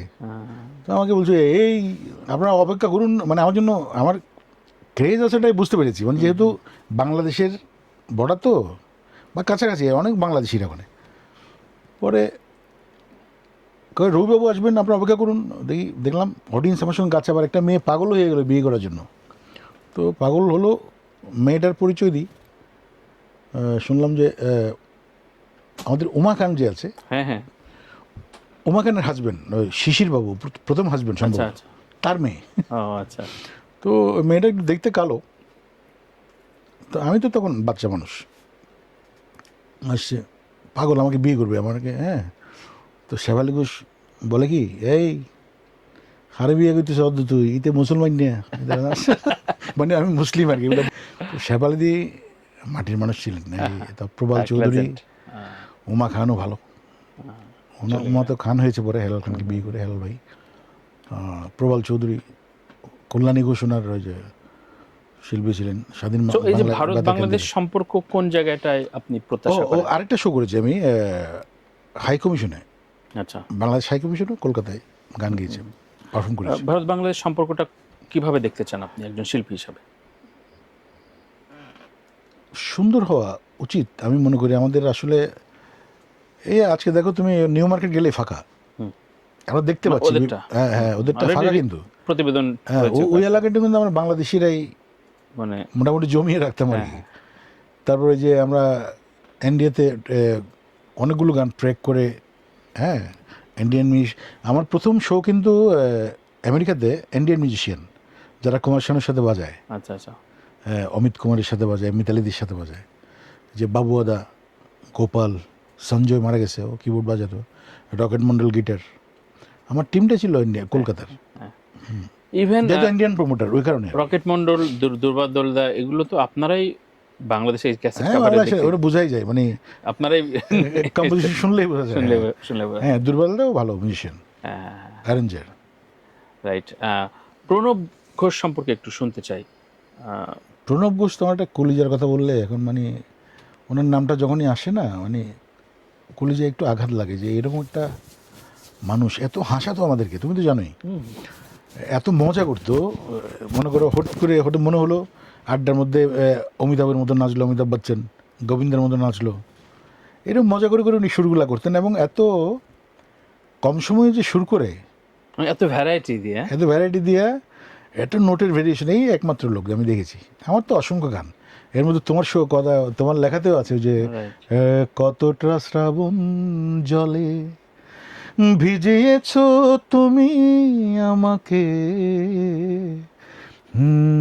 ভিজিয়েছ তুমি আমাকে, তুমি কতটাও নলে, এরকম না? হ্যাঁ এখনো কিছু মনে আছে আপনার? প্রণব দাকে খুব বেশি পোর্ট্রে করে না মিডিয়া, মানে খুব বেশি উনি যে লেভেলের যে মাত্রায় গান দিয়েছেন, অন্য অনেক সুরকাররা তাদের নিয়ে চর্চা হয়, কিন্তু প্রণব ঘোষ এই যে 21 পদক তো ওনারও পাওয়া উচিত, অনেক আগে পাওয়া উচিত, অনেক মানে আগে পাওয়া উচিত, জাতীয় পুরস্কার। উনি কিন্তু একজন শুধু সঙ্গীত পরিচালক না, উনি একজন কণ্ঠশিল্পী ছিলেন। ওনার অনেক বিখ্যাত গান আছে, হ্যাঁ যেমন আমার একটা গান মনে আছে, টেলিস আমাদের কণ্ঠে একটা গান গেয়েছিলেন, আমি রাজ্জাক হইলাম না, আমি সাবানা পাইলাম না, আল্লাহ কেন নায়ক কইরা জন্ম দিল না। আচ্ছা, এই গানটা কিন্তু ওনার গাওয়া। এরকম আরো অসংখ্য গান গেয়েছেন সিনেমা। আপনার সাথে প্রথম পরিচয় সাক্ষাৎটা কি ছিল, কেমন ছিল? প্রথম পরিচয় হচ্ছে আমার যখন অ্যালবাম হিট হয়ে গেল, দ্বিতীয় অ্যালবাম বের হলো, তখন এই তো সেলিম খান, সঙ্গীতা সেলিম খানই আমার সঙ্গে যোগাযোগ করলো। আচ্ছা, এবং টাকার বস্তা নিয়ে ঘুরতে লাগলো। ওই মাসুদ ছিল না একজন চট্টগ্রামের ভাই, আমরা তৃতীয় অ্যালবাম করতে চাই, করতে চান তো সুরকার কে থাকবেন, বলে যে সুরকার প্রণব ঘোষ, ওটা ইন্ডিয়াতে রেকর্ড হবে। এই গানটা তোমাদেরই একজন বললো যে এই গান একটা গান ছিল, অনেক গান আছে, একজন প্রিয়জন অ্যালবামের শিরোনাম। আচ্ছা আচ্ছা। এই তখন এই প্রণবদা আমাকে নিয়ে গেলেন কলকাতায় 93-তে, এই রকেট দ্য অ্যারেঞ্জার, এই নতুন একটা অভিজ্ঞতা হলো। এবং মেলোডি গান ওখানে তো প্রথম অ্যালবামে গিয়েছি, এবং মেলোডি কাকে বলে, এবং আমি যে সুর করি আজকে, এই সুর করাও আমি প্রণবদার কাছ থেকে মানে শিখেছি। আপনার সুরের রুকি কিন্তু প্রণব ঘোষকে মনে করিয়ে দেয়, হ্যাঁ হ্যাঁ হ্যাঁ, যে এরকম সুরই হয়তো প্রণব দা করতো। আপনার সুরগুলো শুনলে আমার পার্সোনাল ওপেন। 3 যুগ পেরিয়ে এখন যদি বলা হয় যে আপনার 3 জন কম্পোজারকে দিয়ে একটি অ্যালবাম বের করবেন যাদের সাথে কাজ করা হয়ে গেছে, আমি জানি এটা কঠিন, আমি নতুন প্রজন্মের দিকে যাব। নতুন প্রজন্ম কাকে, কোন 3 জনকে নেবেন? অবশ্যই হাবিব ওয়াহিদ, ওকে, ছোট ভাই ইমরান, ওকে, আরেকজন প্রিন্স মাহমুদ হতে পারে। ফ্যান্টাস্টিক। এখন তো অ্যালবাম হয় না। একটা সময় ছিল যে আপনার সাথে ডুয়েট গাওয়া মানে একটা মানে বড়, এখনো নতুন প্রজন্মের অনেকেই, হ্যাঁ রাইট, মানে আপনি ইচ্ছে পোষণ করে গাইতে, দ্বৈত শিল্পীর একটা যুবরাজ আর কি ব্যাপারটা। এবং আপনারা ডলির অ্যালবামটা বোধহয় তোমাকে চাই, হ্যাঁ সবচেয়ে হাইয়েস্ট বাজেটের ছিল, মানে হ্যাঁ ডুয়েট অ্যালবামের ভেতরে কয়েকটা করেছি। হ্যাঁ রাইট, একটা বোধহয় বাসুদা করেছিল না? বাসুকে আমি দায়িত্ব দিয়েছিলাম, এটা বেসিক্যালি ওকে ব্রেক দেওয়ার জন্য। আচ্ছা আচ্ছা। ব্রেক মানে হচ্ছে ও যখন আমার ও সুরকার হিসেবে কিন্তু অভিষেক ঘটেছে আমার অ্যালবামে। 2 জন সুরকার কে আমি ওখানে অভিষেক ঘটিয়েছি, সেটা হলো বারি সিদ্দিকী এবং আচ্ছা, বাসুদেব ঘোষ। এটা হচ্ছে এক নয়নে কান্দ। এক নম্বর ম্যাসিভ হিট অ্যালবাম। হ্যাঁ, ওর গানটা ছিল খুব ফানি টাইপের একটা গান, ইয়ের বাসু। কোন রসিয়ার দোকানি খাওয়াইলা কিসের পানি, আমার মোটেও নেশা ধরেনি, বুঝছো? এটা স্বপনের লেখা ছিল। তারপর বাড়ির গানটা, বাড়ি বাইর মনির জমনির লেখা। আচ্ছা, তারে দেখতে লাগে কালারে, মনটা বড় বালারে, তার সাথে আমার পিরিত ভালোবাসা রে। এই গানটা তোমাকে দিয়ে আমি রিমেক করাবো। Fantastic, I wish. বুঝছো? অবশ্যই অবশ্যই হয়ে যাক। হ্যাঁ, তো এই কি যেন বলছিলে? বলছিলাম মন, যে হ্যাঁ মন। তখন মনে আমি চিন্তা করলাম যে বাসু কিন্তু ভালো সুরকার। হ্যাঁ, তখন ওকে বাসুকে ডেকে বললাম যে তুমি, ওটা তো একটাই, এই মন অ্যালবামটা যখন তাকে দিয়ে আমি করালাম, যে কথা মানে সুরসঙ্গীত হ্যাঁ, বাসুদেব, তখন আর তার পিছনে ফিরে থাকা মানে প্রথম ব্যানারে আসলো নামটা একদম। হ্যাঁ, এটা তার জন্য একটা ব্রেক ছিল আর কি। শহরে হয়েছে পড়লো, মানে কে এটা, হ্যাঁ, মানে এত রবি চৌধুরী জলি সাথে অ্যালবাম করছে। কারণ আমার দেশের বাসু তো আমার দেশের এবং আমার বন্ধু মানুষ, খুব গুণী মানুষ। একইভাবে যদি বলি যে দ্বৈত কণ্ঠে যদি তিনটে গান তিনজন শিল্পীকে নিতে বলা হয়, রবি চৌধুরী এখন কোন তিনজন শিল্পীকে নিবে এখন? হ্যাঁ, ন্যান্সি, ন্যান্সি। ওর ভয়েসটা আমার ভালো লাগে।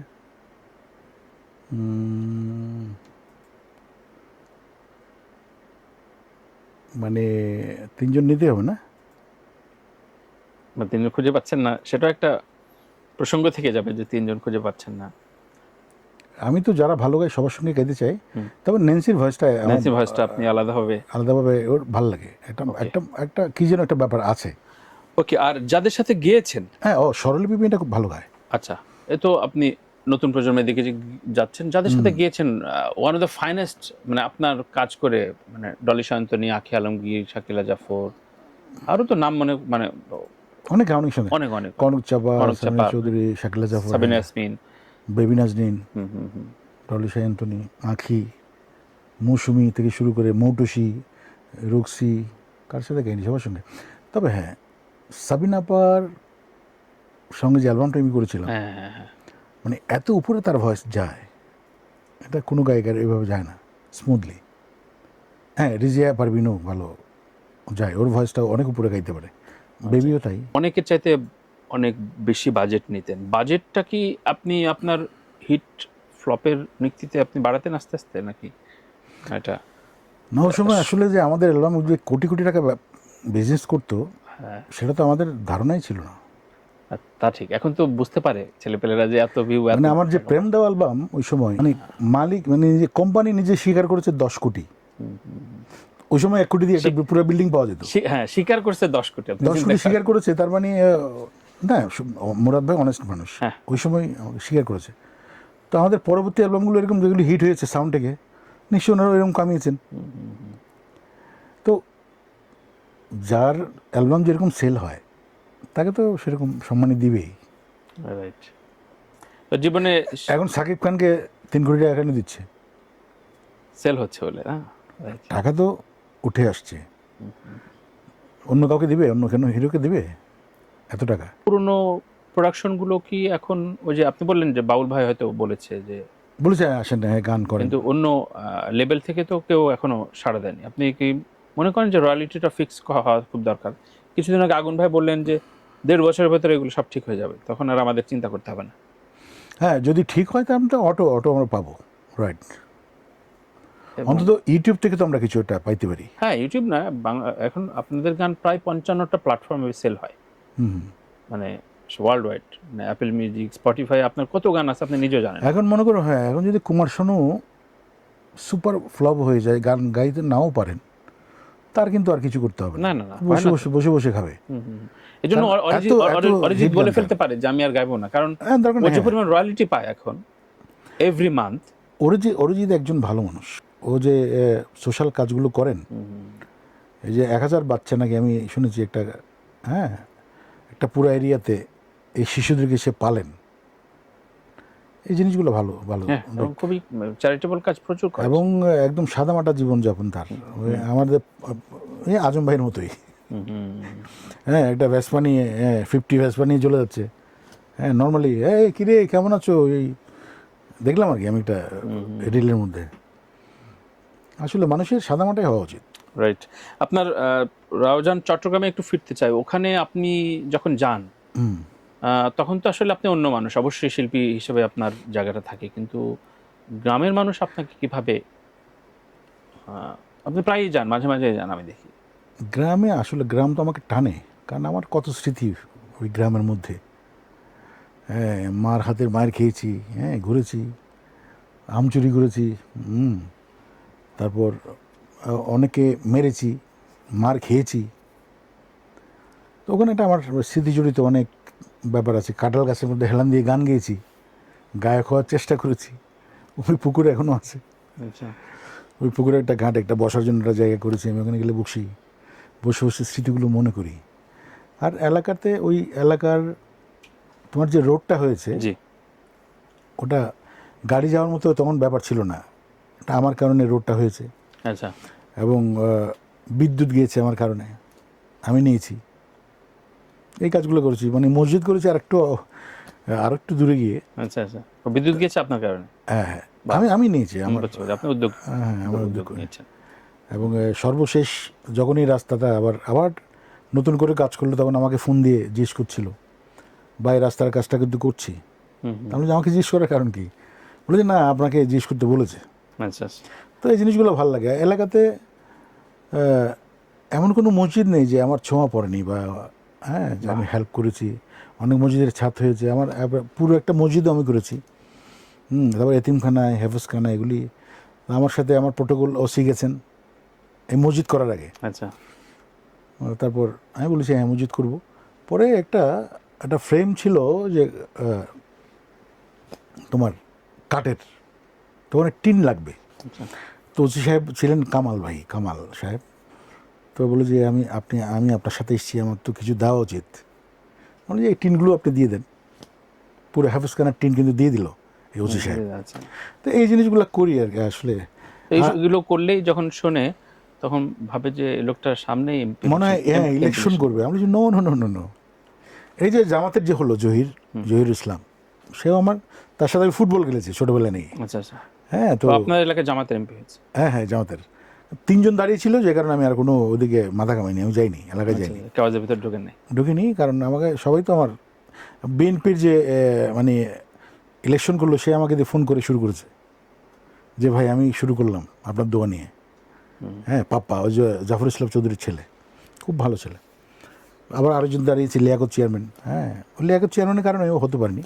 তারপর এই যে জামাতের যে জহির ইসলাম, তার বাবা বড় হুজুর ওখানে ওই এলাকায়, সে আবার ইলেকশনের আগে আমার মসজিদে গিয়ে একটা চাপ কল দিয়ে আসছে উজু করার জন্য। এগুলো কখনোই এমপি হবার বাসনায় আপনি করেননি? না না, আপনি এক সময় ব্যান করার চেষ্টা করেছেন আপনি, হ্যাঁ কোনো কারণে, মানে ব্যর্থতার কারণে? যেমন বাচ্চু ভাইরা সলোতে আসলেন? বাচ্চু ভাই তো মানে ব্যান্ড থেকে সলোতে এসেছিলেন। কারণ সলো যখন একটা মানুষ যখন সলো হয়ে যায়, তার ব্যান্ড লাগে না কিন্তু। হ্যাঁ, লেগেছিল, কারণ তখন আমরা বছরে একটা অ্যালবাম বের করতে পারতাম। তখন কোম্পানি চাচ্ছিলেন যে আমি আরো কিছু করি, আমার আরো অ্যালবাম বের হোক। ব্যান্ড করছি কেন, ওই সলো তো একটা বেরোচ্ছেই, 94-এর কথা বলছি, তার একটা অ্যালবাম করবে, আমার রবি চৌধুরীকে থাকতে হবে ব্যান্ড আকারে। তো এটা ব্যান্ড করার পর তখন আমার মাহফুজ আহমদের সাথে পরিচয়। মাহফুজ যে পূর্ণিমাতে তখন কাজ করতো, সাংবাদিক মাহফুজ, অভিনেতা মাহফুজ, সাংবাদিক মাহফুজ। হ্যাঁ, তো তার অনেক গল্প আছে। সে মনে করো প্রেমটাও করেছে আমার বাসার ফোন থেকেই। ও আচ্ছা। আমার বাসায় টেলিফোন ছিল, তার ফোন ছিল না তার বাসায়। তো আমার যে ম্যানেজার ছিল, আমার কাজিন, ওর নাম মাহফুজ। আচ্ছা, তুমি একটু মাহফুজকে বলে দাও আমি যেন ফোনটা রাত্রি ইউজ করবো, মানে সারা রাত কথা বলবে আর কি। হ্যাঁ, তখন বলে দিয়েছি আমি, মাহফুজ আসলে তুমি, আমি হয়তো অন্যান্য কাজে ব্যস্ত থাকি। ও হিরো হওয়ার পরে ড্রেসটাও কিন্তু আমার কাছ থেকেই নিয়েছে, কয়েকটা ড্রেস নিয়েছে। হ্যাঁ, ব্লেজার পড়তাম না, নিয়েছে। তো মাহফুজ বললো যে তো ব্যান্ড করছো, তাহলে আমাকে রাখো ব্যান্ডের মধ্যে ম্যানেজার হিসেবে। আচ্ছা। কেন, সে তো অন্য কাজ পারে না, জাস্ট ম্যানেজার হিসেবে। মাহফুজ আহমেদ, তখন যে পলাশ, টিঙ্কু আর ইমাম, আমরা 5 জন মিলে এটাকে একটা ব্যান্ডের নাম দিলাম সানডে। রাইট। হ্যাঁ, মানে একটা অ্যালবাম বের হোক। একটা অ্যালবাম বলতে বের হয়েছিল কি? হ্যাঁ, একটা অ্যালবাম একদম সারা ঢাকা শহরে পোস্টারিং করে মা Sunday, দেয়। এটা অন্য ব্যান্ডরা অনেক বোকা হয়ে গেছে, এটা আবার কোন ব্যান্ড আইলো। কোন ব্যান্ড? এবং ওদের সাথে পারফর্মও করেছি ব্যান্ড শোতে। আচ্ছা আচ্ছা গানটা ছিল মাহফুজের লেখা, আলী আকবরের পশুর। আচ্ছা, কথা ছিল নিঃশ্বাসে মিশে থাকবে, মনে আছে। নিঃশ্বাসে মিশে থাকবে, সে তুমি হৃদয় জুড়ে না না, তাতারা তাতারা তাতারাটা, কথা ছিল নিঃশ্বাসে মিশে থাকবে, এটা মাহফুজের লেখা ছিল। তো সেই কারণে ওই ব্যান্ড একই বছরে ব্যান্ডও বের হলো, আবার সলো বের হলো, ওই কারণে ব্যান্ডটা করা। পরে আর এটা কন্টিনিউ আমরা করিনি। দ্বিতীয় প্রশ্ন, সেটা হচ্ছে অনেক জনশ্রুত আছে যে হানিফ সংগীতের সাথে আপনার একটা অদ্ভুত সংযোগ রয়েছে। শুধু আপনার না, রবি চৌধুরী, কুমার বিশ্বজিৎ এবং ইন্দ্র কিশোর, এবং কালক্রমে এক দুইটা পর্বের পরে আপনাদের গান মিসিং হলে বা অন্য কাউ গেলে আপনাদের ফোন আসে, কিংবা আপনারা গোসা করেন, অভিমান করেন। না না, আমি কখনো ইন্দ্র কিশোর প্রচুর পরিমাণে ইত্যাদিতে গিয়েছে, আমি তারপরে বোধহয় কখনো- অবস্থান কুমার বিশ্বজিতের। আমি কখনো আর্গু করেন আমাদের প্রিয় হানিফ সংকেতকে বলিনি আমাকে কেন গান করাননি, কখনো বলেননি? করান আচ্ছা, বা কেন ডাকেন না, এসব কিন্তু আমি কখনো বলিনি। এটা তার কিছু পছন্দের মানুষ আছে, এবং উনি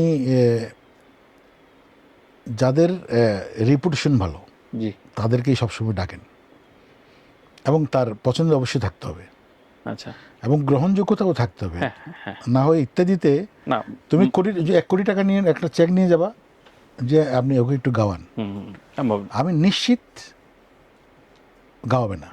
এবং নতুন প্রজন্মের অনেকেই ভাবে আমি বললে হানিফ ভাই গাওয়াবে, তো আমি বলি যে ওরা বলছে গাইতে চায়, তখন উনি অন্যভাবে আমি তো জানি হানিফ ভাই কি জিনিস। রাইট রাইট, হানিফ সঙ্গে তো মনে নড়লি, এবং আজকে হানিফ ভাইয়ের একটি, উনি যখনই আমাকে গান গাওয়াতে ফোন করেন আমার জ্বর চলে আসে, জ্বর চলে আসে, ভয়ে। আচ্ছা, যে টাইমিংটা, অস্থির, হ্যাঁ অস্থির আপনার। টাইম অস্থির মানে টাইম হ্যাঁ হ্যাঁ, আগে তো ভোরবেলায় ফোন করতো, ভোর মানে 6টা-5টার সময় ফোন করে 7টায় উঠাই দিত। আমি তো দুইবার আমি আমার ইত্যাদিতে গান লেখা হয়নি কেন, আমি তো তার আত্মীয়। হ্যাঁ, মানে ভোরবেলা যাইতে হবে, 4-5 দিন সিটিং দিতে হবে, এত সিরিয়াস সে, এবং সেজন্য সে এখনো ইত্যাদি এক হ্যাঁ, নম্বরে right. হানিফ সংকেত। স্যালুট। তো স্যালুট অবশ্যই, তার দীর্ঘায়ু কামনা করছি, তার সুস্থতা কামনা করছি, এবং সো আপনি কখনো এবং সংগীতাকে না, বলেন? আমি একটা দাবি জানাচ্ছি সরকারের কাছে, স্বাধীনতা পদকটার জন্য জি, তিনি বেঁচে থাকতে 21 পদক পেয়েছেন, হ্যাঁ, তাকে দেওয়া হয়। বাহ, সুন্দর দাবি, এবং অবশ্যই এটা আমিও অ্যাপ্রিশিয়েট করি, আমিও দাবি রাখি আপনার সাথে। তৃতীয় প্রশ্নে যাই। আপনি এক সময়, আপনার যখন ক্রেজ এখনো রয়েছে, কিন্তু তুঙ্গ স্পর্শে যখন আপনি বৃহস্পতি তুঙ্গে, হ্যাঁ। বৃহস্পতি তুঙ্গে, তখন আপনার খানিকটা হলেও সাংবাদিকদের সাথে ভালো সম্পর্ক ছিল, খারাপ সম্পর্ক ছিল, একটু arrogant এটা ছিল। একটা গ্রুপ ছিল, আমাকে মানে নেগেটিভ কিছু লিখতেন, ম্যাক্সিমাম পজিটিভ। হ্যাঁ, ওগুলো, ওদেরকে আপনি কিভাবে ট্যাকেল দিতেন? স্টুডিওতে আসতো, একটু ডিস্টার্ব করতো, হ্যাঁ, এগুলো আমিও কিছুটা সাক্ষী দেখেছি, কিন্তু কিভাবে আপনি ওই সময় আপনার মানসিক স্ট্যাটাস কেমন ছিল? আমার একটু খারাপ লাগতো, কিন্তু ওরা আমার ক্ষতি করতে পারেনি আসলে, ওরা নিজেরাই ক্ষতিগ্রস্ত হয়েছে। হ্যাঁ, এটা তো জানে, ওরাও জানে। এখন তুমি যদি আমার ক্ষতি করো, তুমি বুঝবে যে আসলে আমি এই মানুষটার ক্ষতি করেছি। তুমি যখন আমার সাথে মিশবা, তখন তোমার নিজে গিল্টি ফিল হবে যে না, এই মানুষটার ক্ষতি করা আমার ঠিক হয়নি। তুমি যে ঠিক হয়নি এটা তুমি মনে করেছো, এটাতেই আমি হ্যাপি। একদম, খুব দামি কথা বললেন। চতুর্থ প্রশ্ন হচ্ছে, ডলি সন্তোষের সাথে আপনার সম্পর্কের যে ভাঙন এবং প্রেস মিট হচ্ছিল, তখন আসলে সত্যিকার অর্থে একটা গ্রুপ একটা সুযোগ নিয়েছে। হ্যাঁ, যে আপনার মানসিক স্ট্যাটাসটা সত্যিকার অর্থেই জানতে চাই, যে কোন বন্ধুটা আপনার কাছে ছিল, কার সাথে আপনি পরামর্শ নিতেন। থাকে শিল্পীদের একটা পর্যায়ে তো যায়। ওইটা বললাম যে বাচ্চু ভাই তো নিজেই বললেন, যখন ডিভোর্স হলো তখন বাচ্চু বললো যে বাসে গিয়েছ, মানে তুমি বেঁচে গেছো। তো সে নিশ্চয়ই আমার ভালো চেয়েছিলেন। আচ্ছা, কিন্তু মিডিয়ায় নানান রকম হ্যাঁ, নানান রকম খবর ছড়িয়েছে, শেষে তো প্রমাণিত হলো যে আসলেই রবি ঠিক ছিল। যাকে নিয়ে আমি অপবাদ দিয়েছিলাম, যার কারণে আমার সাথে সম্পর্কটা শেষ হলো, এর নাম ছিল বিপ্লব। কোরিয়াতে আমাদের ড্রাইভার ছিল, কোরিয়া যখন গিয়েছিলাম তখন আমাদের বাসাবির জামান সাক্ষী। একটা সময় যখন ওই বিপ্লবের, এটা বাদশা বুলবুল জানে, ওই ওর নাম্বারে একটা মোবাইল, এটা যদি পার্সোনাল ব্যাপার আমি তাও শেয়ার করছি, দুলাভাই নামে একটা নাম্বার সেভ করা মোবাইলে, বারবার এই ফোনটা আসে। আমি যে পরে আমি একটা শোতে যাচ্ছি, তখন ওই আমার মোবাইলে একটা ফোন আসে, দেখেন ওই আপনার ডলির মোবাইলে একটা নাম্বার সেভ করা দুলাভাই নামে, এই লোকটাই কিন্তু ওই বিপ্লব, কোরিয়ার বিপ্লব। আমি তাই নাকি? আচ্ছা। তখন আমি চেক করলাম, তখন আমি কী করলাম, বাদশাহুলকে ফোন দিলাম, তার গার্জিয়ান সে, যে একটু বাসায় থাকেন। তখন ফোনটা নিয়ে যে দেখেন তো দুলাভাই নাম, আপনার কোনো দুলাভাই আছে নাকি নামে? কয়েন না, কোনো দুলাভাই নেই। দেখেন, আপনার বোনকে আমি ছাড়লাম। তখন অটোমেটিক ওই বাসা থেকে সে 1 মাস পর নিজেই চলে গেল, একটা ওই কাজের মেয়ের অজুহাত টজুহাত এরকম দিয়ে এটা সাজিয়ে। তো এটা সাজানো তো ঠিক হয়নি। তো আবার মিডিয়াকে বলেছে না কোনো বিপ্লব নাই, বিপ্লব আমার ভাগিনা। বিপ্লব একটা ভাগিনাও ছিল, আবার গাড়ি চালাতো। আচ্ছা। হ্যাঁ, ভাগিনা নিয়ে বলে এটা শেষ। পরে কী করলো, 1 মাস 2-3 মাস পর ওই বিপ্লবের বাড়িতে গেছে, ফুলজানি গ্রামে, কোন গ্রামে, এটা আবার নিউজ হয়ে গেল। নিউজ যখন হলো তখন তো রবির কথা তো ঠিক আছে। এটা এখন বাচ্চার মা, আর কিছু বলতে চাই না, অনেক কিছু বলে ফেললাম। রাইট। না, তারপর অনেক কিছু শেয়ার করেন। আমার প্রশ্ন করেছিল ওই সময় আসলে আপনার মানসিক স্ট্যাটাসটা সত্যিকার অর্থে, এটা আমার ক্যারিয়ারে একটু ক্ষতি হয়েছে ওই সময়। হ্যাঁ, ক্ষতি হয়েছে একটু, মানে একটু ফেড আপ ছিলাম আমি। স্বাভাবিক, মানে আবারও গানে ফেরা বা স্টেজে রাখা। পঞ্চম প্রশ্ন একটু ক্লিয়ার করলাম, আমার ভালো লাগলো। Thank you. আপনি কার লাভার? মানে আমি যখন আজ থেকে প্রায় 2 যুগ আগে বোধহয় আপনার সাথে যখন দেখা সাক্ষাৎ হয় বনশ্রীতে, তখন ওই রকম গাড়ি, মানে ছাদখোলা যে উঠে যায়, লাল গাড়ি ছিল বোধহয়। এরপরে বোধহয় এত গাড়ি চেঞ্জ হতে দেখছি। 25টা মনে হয়, 25-30টা তো হবেই, আমি চেঞ্জ করেছি। 30টা গাড়ি, 30টা মতো গাড়ি হবে। তবে শেষের দিকে আমি একটু কম, এখন তো এখন হেরিয়ার চালাই আমি। তো আরেকটা জিপ ছিল, ওটা আমার বউ চালায়, বাচ্চার স্কুলের জন্য ইউজ করে। তো ওটা আমার বউ নিজে ড্রাইভ করে, ড্রাইভারও আছে। হেরিয়ারটা আমি চালাই এখন। তো এখন গাড়ি, অবশ্যই গাড়ি একটা, এটা তো একটা ঘর বাড়ি মনে করো, গাড়ি ছাড়া কোথাও মুভ করা যায় না আসলে। রবিদা, মনে আছে আমরা চিটাং থেকে এক মাঝ রাতে ফিরছিলাম? হ্যাঁ, আমরা একটা ছোট বিয়ের দাওয়াত টাত খেয়ে টিঙ্কু, আমি, আমরা সবাই ফিরছি। টিঙ্কু ছেলেটা আসলে মানে এত লেজি, কিন্তু এত গুণী একটা ছেলে। ও চাইলে নাম্বার 1 কম্পোজার হতে পারতো দেশে। সম্ভাবনা ছিল, কিন্তু খুব সম্ভাবনা ছিল, কিন্তু কাজ করেন আমার মনে হয়। আমার মতো আরাম প্রিয়, একটু মনে বেশি আরাম প্রিয়। হ্যাঁ। আপনার সাথে গণমাধ্যমের সম্পর্কটা কিভাবে মূল্যায়ন করেন? প্রচুর পত্রপত্রিকা, সাংবাদিকদের সাথে আপনি সবচেয়ে ডাকলেই আপনাকে পায় এবং আপনি তাদের হেল্প করেন, শো করেন, গান। না, এরকম তো টক শো তো অনেকে ডাকেন, আমি যাই না অবশ্য, সময় পাই না। এখানে ম্যান টু ম্যান ভেরি করে। অবশ্যই আই এম প্রিভিলেজ। এখন তানভীর তারেক আমাকে ফোন দিল, এখানে আমার ভাইটি আমাকে যেতেই হবে। তার একজন ফোন দিল, আমি ঝুলাই রাখি যে আমি যাবো না ভাই। এরকম ঝুলছে অনেকেই, এখনও ঝুলছে। হ্যাঁ, হবে ভাই, আমি একটু ব্যস্ত আছি, বুঝিয়েছি। তো অনেকে গান গাওয়াইতে চায়, হ্যাঁ ভাই করবো, হ্যাঁ একটু ব্যস্ত আছি। তো মাঝখানে ইলেকশনের অজুহাত দিয়েছি, এখন রমজান, ঈদের প্রোগ্রাম নিয়ে ব্যস্ত। এটা গণমাধ্যমের সাথে আমার সম্পর্ক সবসময় ভালো। যেমন আমি ওই দিন মানুষজনের মতি ভাইয়ের ছেলের বিয়ে না মেয়ের বিয়ে যেন কী ছিল, গেলাম। তোমরা তো বিনা পারিশ্রমিকে গান গিয়ে আসলাম, এবং মতি ভাইয়েরও গাওয়াইলাম এক লাইন, আপনি গান। তারপরে যে এই প্রথম আলোতে হামলা যেটা হলো, এদের পক্ষেই কথা বললাম তুমি এক প্রথম আলো জ্বালিয়ে দিবে, আর 100 প্রথম আলো, 1000 প্রথম আলো চলে আসবে। এক হারমোনিয়াম তুমি ভেঙে দেবে, 1000 হারমোনিয়াম চলে আসবে। তো আমার সাথে সবসময় সবার, যাদেরকে আমি লাইক করি, পছন্দ করি। কিছুক্ষণ থাকবো, শেষ বিরতিতে যাচ্ছি। প্রিয় দর্শক, আর গণমাধ্যমের সাথে সম্পর্ক কি তুমি দেখেই বুঝছো যে ইলেকশনের যে আমার মনে আছে, আমি যখন লাস্ট তারেক রহমানের জন্য ভোট চাইতে গেলাম 17তে, 35টা ক্যামেরা ছিল। আমরা কিছুই না আসলে, কিসের মেগাস্টার, কিসের সুপারস্টার, আমরা সব কিছু বাদ দিয়ে আগে মানুষ। একটা মানুষের সঙ্গে কি বিহেভ করবো আমরা। তুমি একটা হেঁটে যাচ্ছ, হ্যাঁ সব ফকরি কিন্তু আমরা ভিক্ষা চাই, যারা সবাইকে দিতে পারি না। অনেক সময় মোট খারাপ থাকলে আমি কিন্তু দিই না, যে তোরা আল্লাহ গরিব বানিয়েছে, তো গরিবই থাক। কিন্তু একটা সময় গিয়ে না আবার খারাপ লাগে, যা এই লোকটার পা নাই, হাত নাই, এর দিতে হবে। তো দেখবো যে এই সব যেখানে যাই, দারোয়ানরা থাকে, এরা কিন্তু আশা করে। আমি অন্তত না পারলেও 100 টাকা ওদের দিয়ে আসি। এটা কোনো দেখানোর জন্য নয়, তো আমি মন থেকে আমার বাজেট থাকে এটা। নিজস্ব বিনোদন কি এখন এই এত মানুষ হাজার হাজার মানুষকে বিনোদিত করে আপনার রিল্যাক্সটা কি? ঘুমটা আছে, আপনি ঘুম প্রিয়, ঠিক আছে বুঝলাম। হ্যাঁ, ঘুমাতে পছন্দ করি, আর সময় পেলে আমার তো স্টুডিও, ডিজেরই স্টুডিও, মানে বসে একটু গান গাওয়ার চেষ্টা করি, বাচ্চার সঙ্গে খেলি, একটু মজা করি। এটাই, ফ্যামিলি পরিবারের সঙ্গে সময় দিই।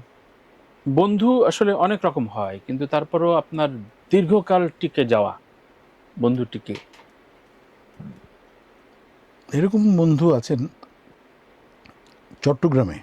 আচ্ছা, আমি গেলেই আমার সঙ্গে কয়েকজন সবসময় থাকেন, একটু খাসি টাসি জবাই করি, আমরা গান বাজনা করি। একদিনের নাম শুনি না, হ্যাঁ, তারা হয়তো বন্ধু মহিবুল কাদের চৌধুরী আছেন, আচ্ছা, তারপর কামাল আছেন ছোট ভাই একজন, একজন আছেন ভাত গফুর, যার নাম গফুর। আচ্ছা, ভাত খাবো, একটু ভাত বেশি খেতো আগে, আচ্ছা, এখন খায় না, ডায়াবেটিস হয়ে গেছে।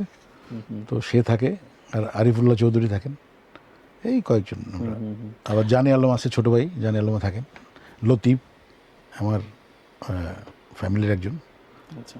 আমরা সবাই মিলে একজন আড্ডা মারি মোটামুটি চট্টগ্রামে। জীবনে জনপ্রিয়তা পেয়েছেন, প্রাপ্তি, অর্থ সবকিছু হয়েছে, তারপরও প্রত্যাশা জায়গায় কি থাকে, যে আক্ষেপের জায়গা কি থাকে, কি আছে রবি চৌধুরী? যে আমার এটা কোনো হলে ভালো হতো। আক্ষেপ নেই, আমি যতটুকু পেয়েছি শুধু বলবো আলহামদুলিল্লাহ, আলহামদুলিল্লাহ, আলহামদুলিল্লাহ, এবং সম্মান নিয়ে যেন আমার মৃত্যুটা হয়। রবিদা, আপনার অ্যালবাম সংখ্যা আপনার কি মনে আছে? অ্যালবামের সংখ্যাটা আসলে মন নেই সত্যি, আনুমানিক 65 সলো মনে হয়। 65টা শুধু সলো সলো, আর মানে এই ডুয়েট মিক্সড অ্যালবাম তো অনেক বেশি হতো, সব মিলিয়ে 200-250 অ্যালবাম হবে আর কি, ডুয়েট টুয়েট মিলে।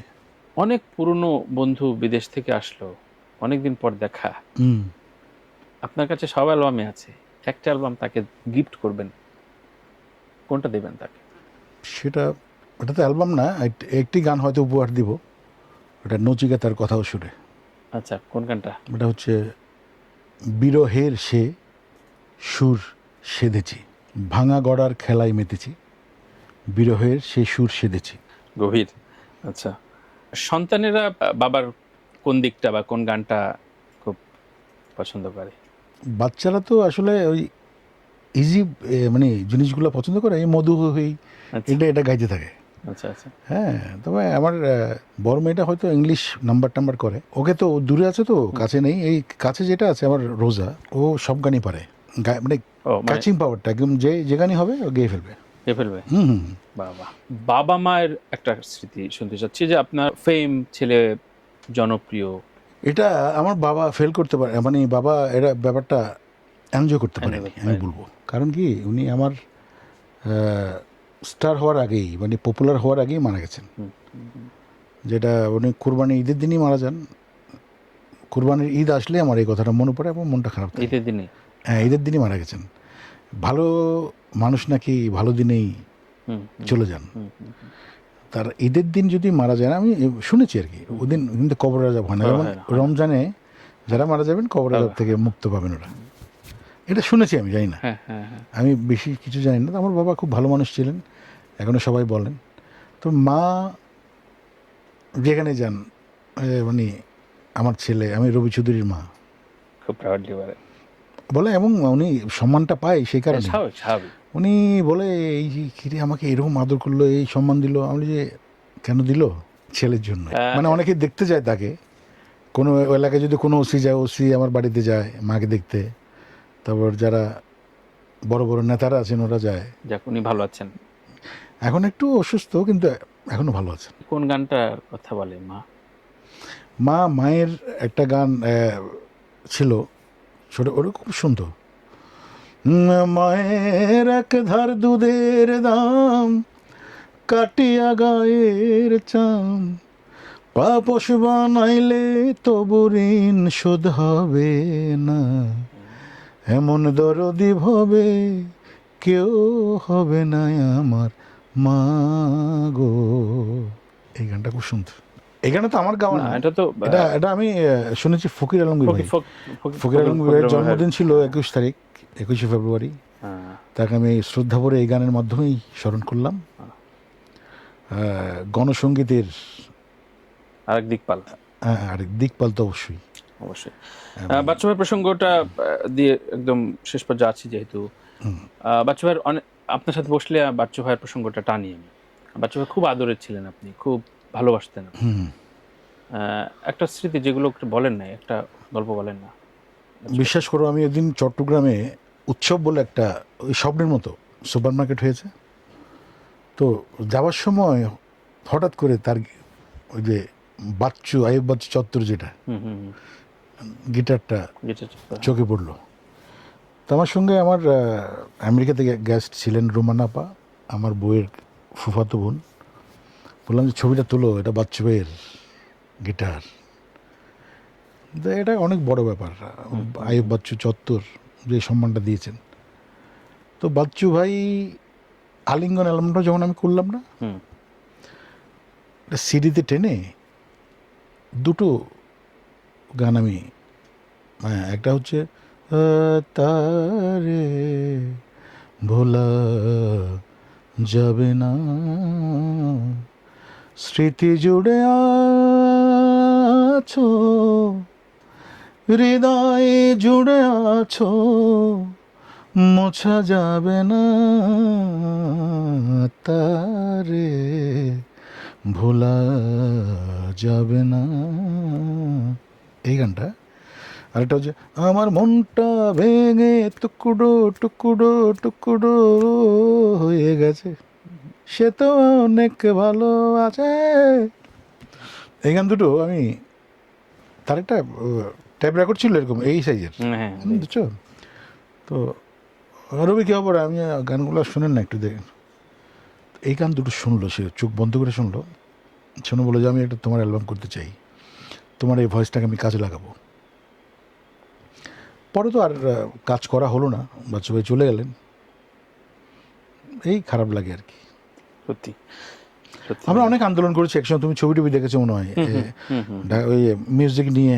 অনেক মুভমেন্ট করেছি, অনেক মুভমেন্ট করেছি, বিশ্বদা, আমি, বাচ্চা ভাই তো থাকতেই সব জায়গায়, যেখানেই কারো কোনো অসুবিধা হলো কোনো শিল্পীদের বা কোনো সাহায্য, সবার আগে বাচ্চা ভাই, আমরা সবাই চলে যেতাম। দুজন চাটগাঁয়া এই ধরনের কোনো ইজম ছিল কিনা? না না না, হ্যাঁ বড় ভাই তো অবশ্যই, বড় ভাই ছোট ভাই, যদিও সে ব্যান্ড করতো, আমি অন্য ধারায়। আমি মনে করি যে সোলো ব্যান্ড, সোলো এগুলি আলাদা করার কিছু নেই, কিন্তু সোলো মিউজিশিয়ান। আপনাদের মতো সোলো আর্টিস্টদের নিয়ে একটা মিক্স অ্যালবাম করেছিলেন বাচ্চু ভাই। হ্যাঁ হ্যাঁ হ্যাঁ, বাচ্চু ভাই সুরে একটাই অ্যালবাম হয়েছিল, একটা গান গিয়েছিলাম, রাইট। আপনি, মনির খান, আরো অনেকে ছিলেন, এটা আমি ডিসপ্লিট লেখায়। হ্যাঁ হ্যাঁ হ্যাঁ, আমার মনে আছে বাচ্চু ভাইয়ের এই সুরটা, এই গানটা আমি 15 মিনিটে গিয়েছিলাম, মানে আমার একদম টাইম লাগেনি, জানি না, মনে হচ্ছে হৃদয়ের সম্পর্ক তার সাথে আমার। গানটা ছিল, বাচ্চু ভাইকে আমি শ্রদ্ধা করে স্মরণ করছি আজকের তোমার জাগতে এসে, যেহেতু 21 পদক পেলেন, অভিনন্দন অভিনন্দন অভিনন্দন প্রিয় আয়ুব বাচ্চু। তো বাচ্চু ভাইয়ের সুরে আমি যেটা একটু গুনগুন করি, যেটা গিয়েছিলাম, যে ভুলে তুমি ভেঙেছ এমন, একদিন সেই ভুল ভাঙবে, স্মৃতির পিছু টানে পড়বে আমায় মনে, নীরবে ও চোখ জলে ভরবে, যে ভুলে তুমি ভেঙেছ এমন। কি সিগনেচার টিউন এটা, কতবার যে শুনেছি এই গানটা, মানে অদ্ভুত অদ্ভুত। এই গানটা করবো তোমার দিয়ে, আবার নতুন মানুষকে শোনাতে হবে। হ্যাঁ হ্যাঁ, সত্যি সত্যি সত্যি কিছু গান করব এবং করছি। আমি দর্শকদেরও জানিয়ে রাখি যে আমার কম্পোজিশনে অনেকদিন ধরে কথা চলছে, বাট এবার হয়তো ভাই গাইবেন। আমার শোটা শেষ করি মূলত দুটি প্রশ্ন রেখে, আমাকে প্রশ্ন করবেন যা খুশি। এতক্ষণ আমি প্রশ্ন করলাম, জানতে চাইলাম। প্রশ্নটা হচ্ছে,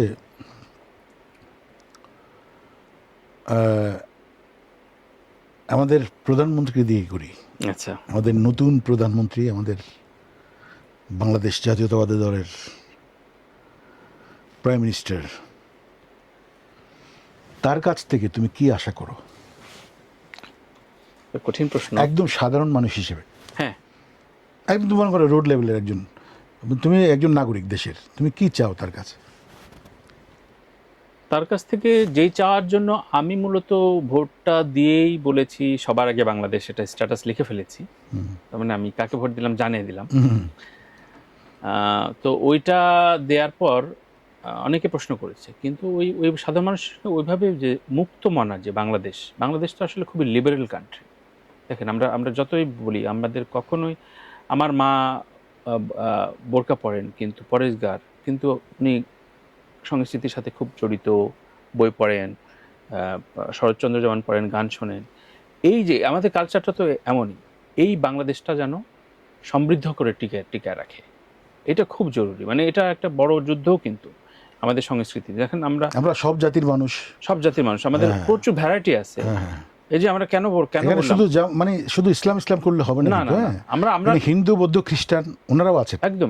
সো ওই কালচার মিলে মিশে আমাদের ধর্মটাও আমরা সুন্দর মতো পালন করব, প্রত্যেকের জায়গাটা শ্রদ্ধায় রেখে সেই বাংলাদেশটা যাতে ঠিকঠাক থাকে, সবাই মিলে দেশটাকে সত্যিকার অর্থে। রবিদা মানে ভয়ই তো একটা, কেউ একজন বলে ফেললে 16 ডিসেম্বর পাল্টাবে, কেউ বলছে যে 71 ভুলে যাবে, 24 একটাকে অসম্মান করে 24টা কেন? অবশ্যই আমি জুলাইকে সম্মান করি এবং জুলাইয়ের সেই একজন যোদ্ধা হিসেবে, কিন্তু 71কে আমি মুছে দিয়ে না। তো ওই জুলাইও থাকবে, হ্যাঁ, কিন্তু আমাদের কৃষ্টি কালচার, আমরা স্বাধীনতার পক্ষের লোক, আমরা তো ভুলবো না স্বাধীনতা যুদ্ধে কি হয়েছে, আমাদের মা বোনরা যে নির্যাতিত হয়েছে সেটাকে আমরা ভুলে যাবো? ওই বিভাজনটা আমার আরেকটা বিষয় পীড়া দেয় যে দেখেন, তবে তাই বলে জামাতের নতুন প্রজন্ম রাজাকার ছেড়ে তো রাজাকার হতে পারে না, ওরা নিশ্চয়ই রাজাকার হবেন না সবাইকে, যেহেতু এবারে শহীদ মিনারে গিয়েছেন সবাইকে, ওনারা সবাইকে নিয়ে গেছেন, এটাকে আমরা অভিনন্দন জানাই, ওয়েলকাম জানাই। মানে বারবার করে তো আসলে সমাজটা এগোবে না। যে প্রসঙ্গটা আমি আপনার কাছেও জানতে চাই, আমি একটু বলছি যে দেখেন 5 আগস্টের পরে আমাদের যে সম্পর্কে, আমার প্রশ্ন ঠিক মানে সব শেষ হয়নি তো, আরেকটা প্রশ্ন করবো প্লিজ।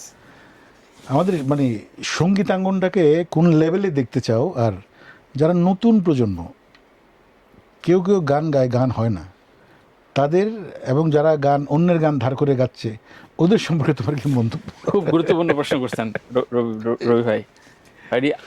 আমি প্রথমত আমি নাম উল্লেখ না করি, নাম উল্লেখ করার দরকার নেই, ওই মেয়েটাকে আমি জিজ্ঞাসা করলাম, আপনাদের কথা জিজ্ঞাসা করলাম, 2-3 জন বলছেন না গান শোনা হয়নি, চিনি না। আমার প্রশ্ন, আমি তার সাথে সাথে বললাম যে তুমি যদি গানে বিলং করতে চাও, কিছু নাম তোমার মুখস্থ করতে হবে, পাঠ্য। এটা তোমার আদর্শলিপি যেমন পড়াশোনা শুরু করতে হয়, এগুলো তোমার পাঠ্য।